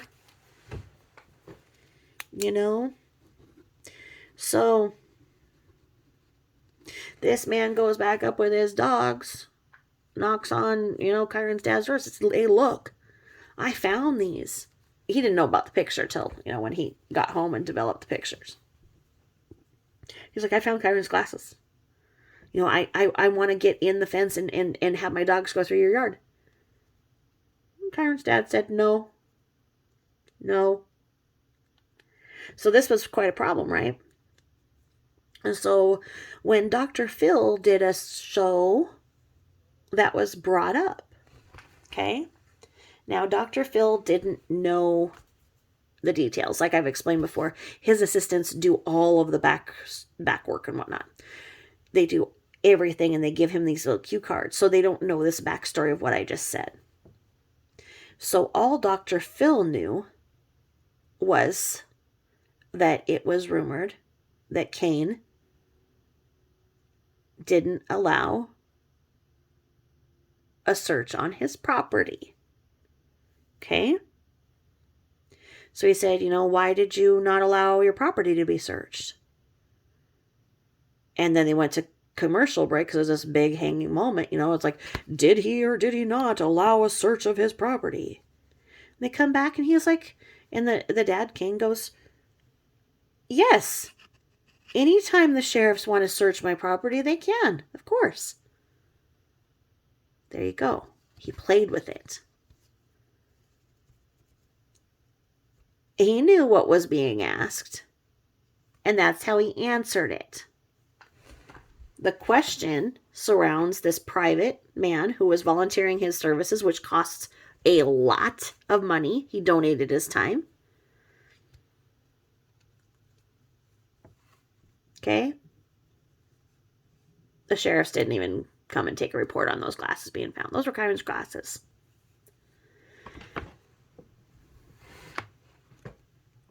Oh, the man backed off.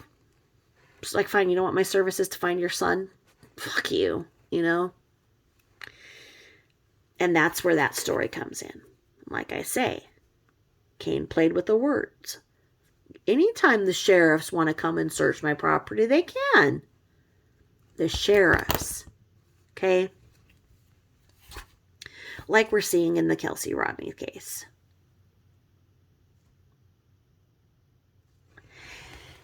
Oh, what do you think about that? What do you think? I saw a poll, and it said, do you think that Kylie Rodney, just had a straight accident? Do you think that there's foul play involved? Or you're on the fence? And the overwhelming majority was that they think that there's foul play. The reason why so much of the foul play goes is because the sheriff said that they searched that lake and that her car was not in it. That lake is 22 feet deep at its deepest, and her car was found upside down at the 14 foot mark.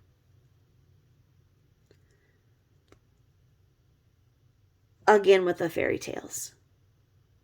We're told that when something bad happens, you call the police and they're going to go and get the bad guy and everything's going to be okay because that man with the shiny badge, he's going to make it all okay.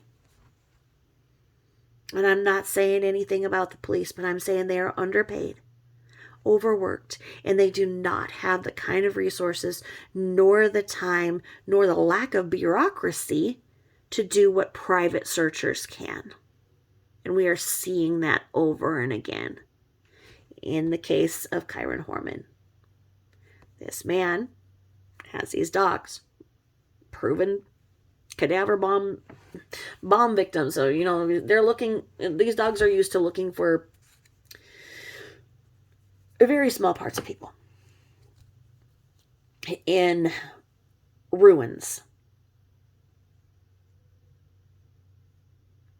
And he came and he offered them that. Cain didn't want it. Why not? Now, because the sheriff said that they checked that lake, do you believe them?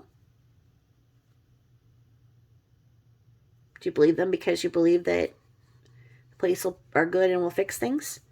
Or do you believe that Jim Bob, the sheriff for that county, went out there, took a little look, maybe threw out a lure or two, caught a couple fish, said they're in a car in there? They don't have the time or the money, quite frankly, the passion that private searchers do. And it's time we realize that. Adventures with Purpose did what nobody else could have done and saved Kylie's mom years of heartache. I mean, of course she's going to have heartache because she lost her daughter. But if you're Kyron's mom and you have no idea and you have no closure, not that you get closure on the loss of a child, I'm not saying that. But I'm saying that the unknown has to, when you are faced with the two options of knowing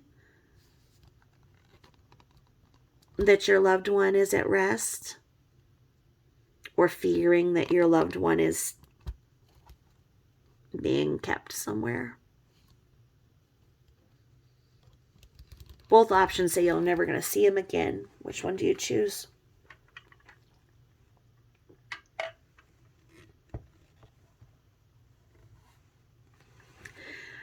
I believe that Kylie passed out at the wheel.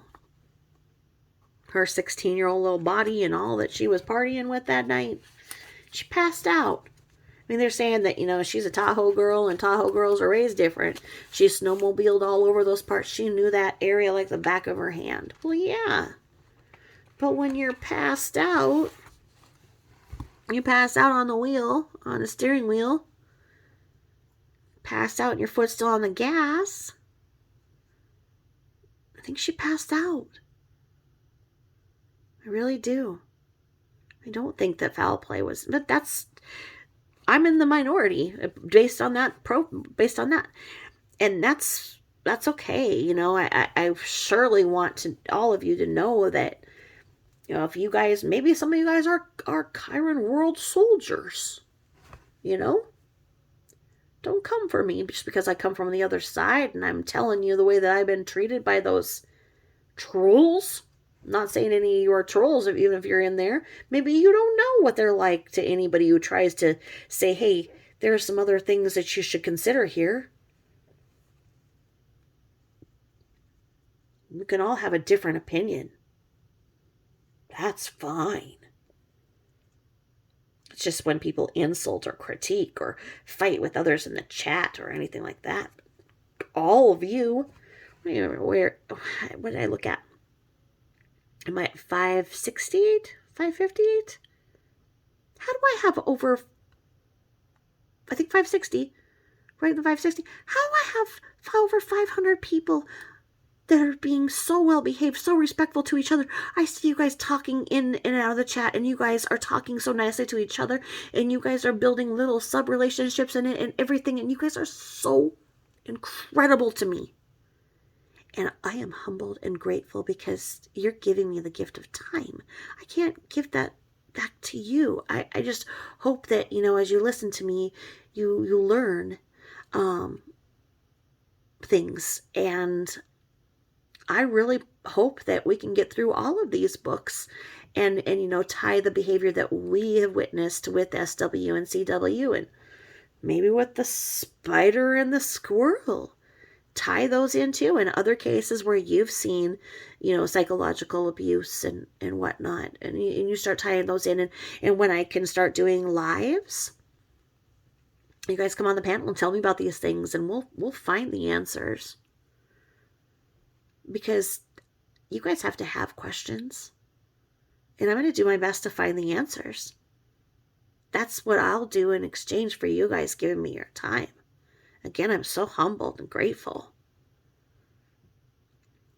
And I promised my little ESPN twin.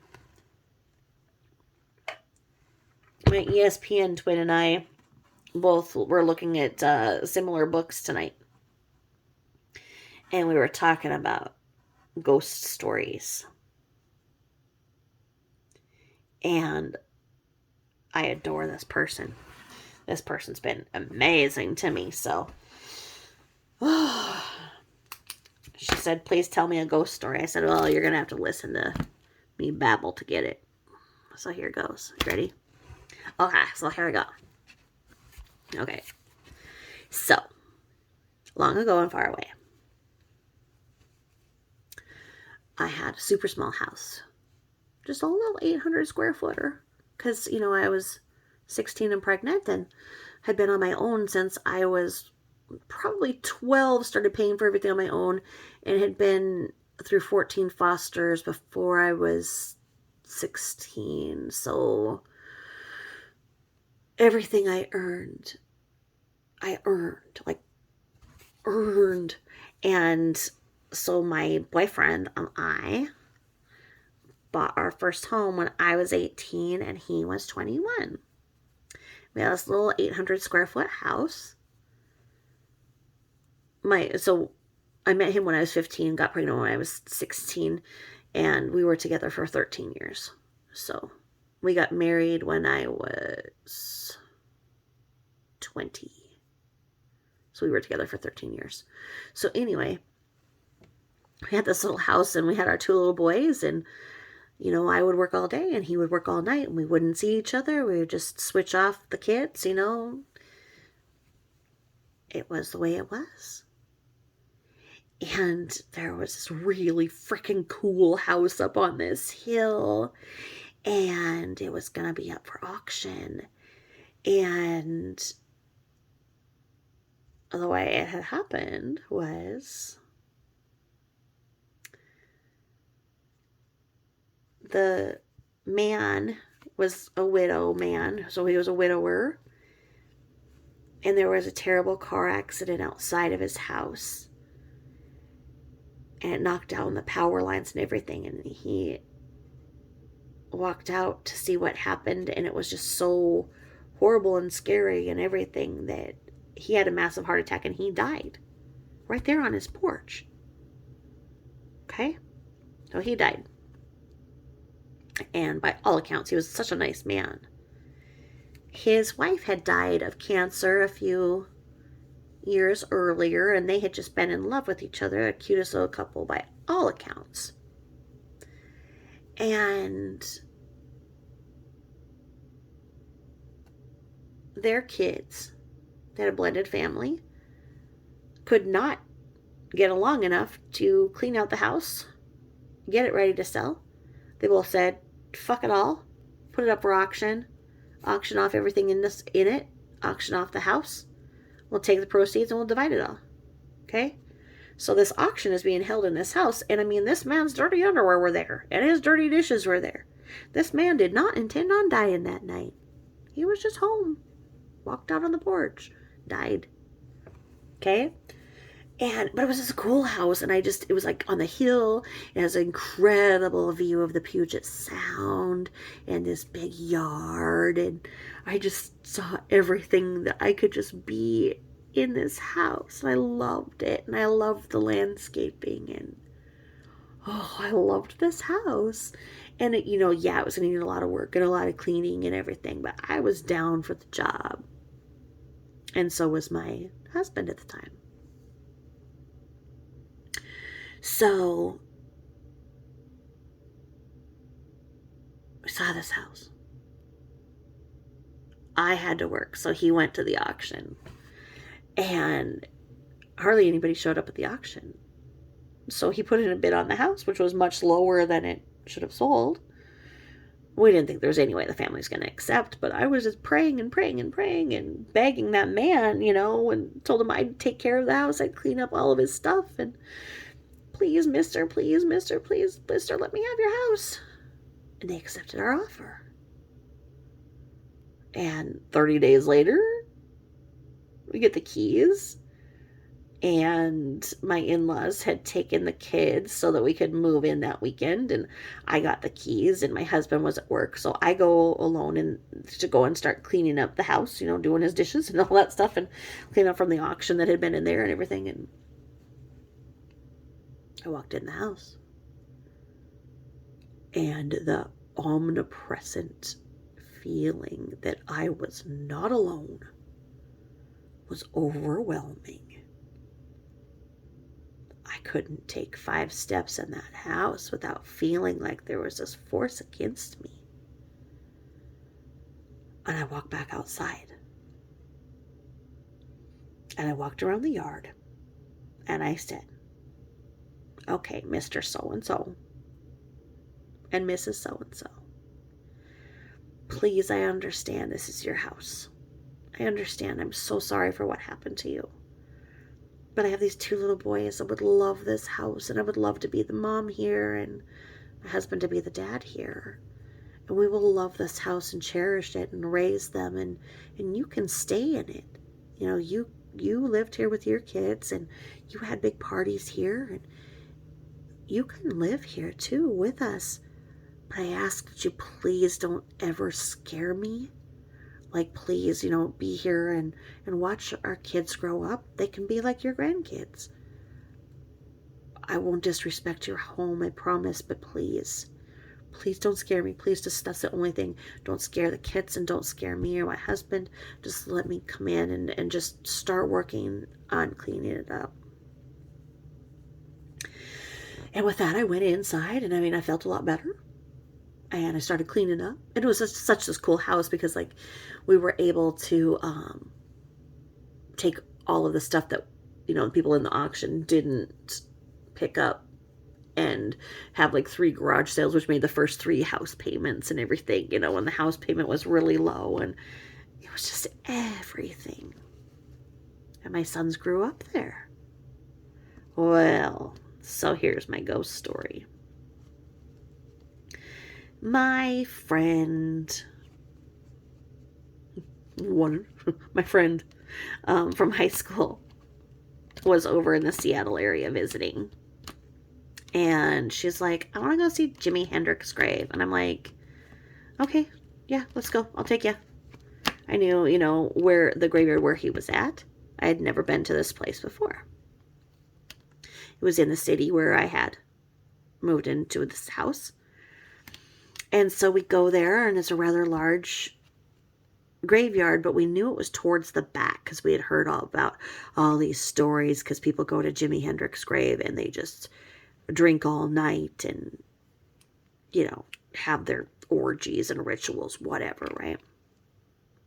So we knew it was towards the back.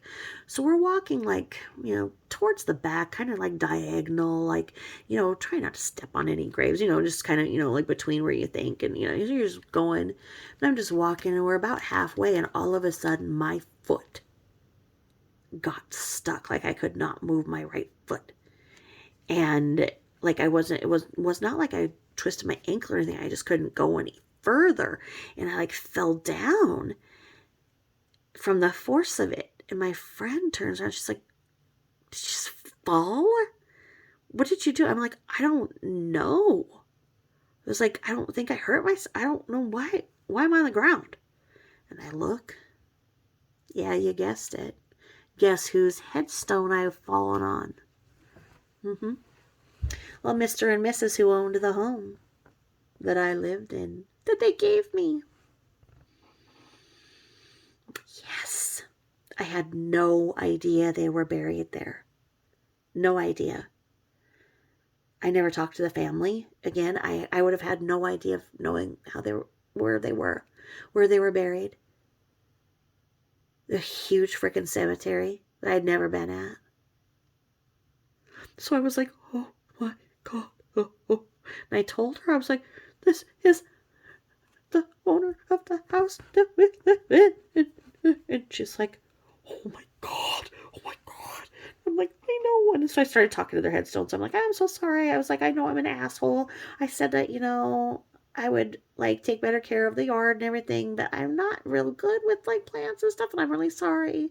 And I'll bring you some flowers from the yard. And I never did because I'm an asshole. But I thanked them for all that they did, because I know that we had such happy times in that house. And the children, my boys got to, live there their whole school time, and their dad just recently sold the house. But that's my ghost story. And that's my story too. So if you ever do that, or you ever feel like there's a ghost, just kind of talk to them. I have a problem with those shows with Zach Baggins and that Chip asshole or whatever, because they're always they go up to where they think a ghost is, and they're like, get the fuck out of here and stop touching women, you fuck. And that Chip will always be like, okay, I can channel him, and he's saying, oh, fuck off and fuck this. Chip thinks that every ghost does not know how to form any other word than a fuck word. And like I say, the Zach Baggins and all that, with their little, speaking of steroid arms and everything, and they're like, yeah, you think you're so tough scratching the girls' asses. Come for me, motherfucker. Come for me. And it's like, don't do that. Okay? Ghosts don't have time for that. Just be nice. That's all you have to do. Just be nice to the ghost. I don't even know why I'm calling them a ghost. Just be nice to the spirits. There might be several of them watching you when you're on the toilet. You know what I mean? Wiping your ass. There's a lot of, like, the Muslims, they believe that. They believe that they have to, say a prayer right before they go into, like, a bathroom or whatever and pray for privacy because they are, going in an area where they would like that privacy, and they, have their spiritual beliefs that the spirits are with them at all times. And I think of that sometimes, I'm like, am I really alone here? But like I say, if you're ever in a position like that and you feel, kind of like that feeling, I don't know if you guys have experienced that kind of really heavy feeling. When I used to work in oncology and people had chosen me to pass with, and I've held the hands of several people who have passed. I was privileged enough to do so. You feel the difference around you when they pass. It's not anything that you can describe. You have to have felt it yourself. And when you feel that, when you feel you're being watched, and there's not actually some perv in a ghillie suit in the woods, just talk to them. If you're in a graveyard, talk to the person, say their name. If you see that they served, thank them for their service. Just common courtesy with the paranormal. It's not scary. You just have to be reasonable. Well, that's my ghost story.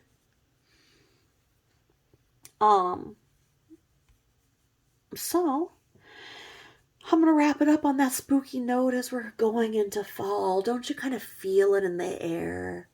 Like I say, we're kind of, losing like almost a full hour of daylight at this point.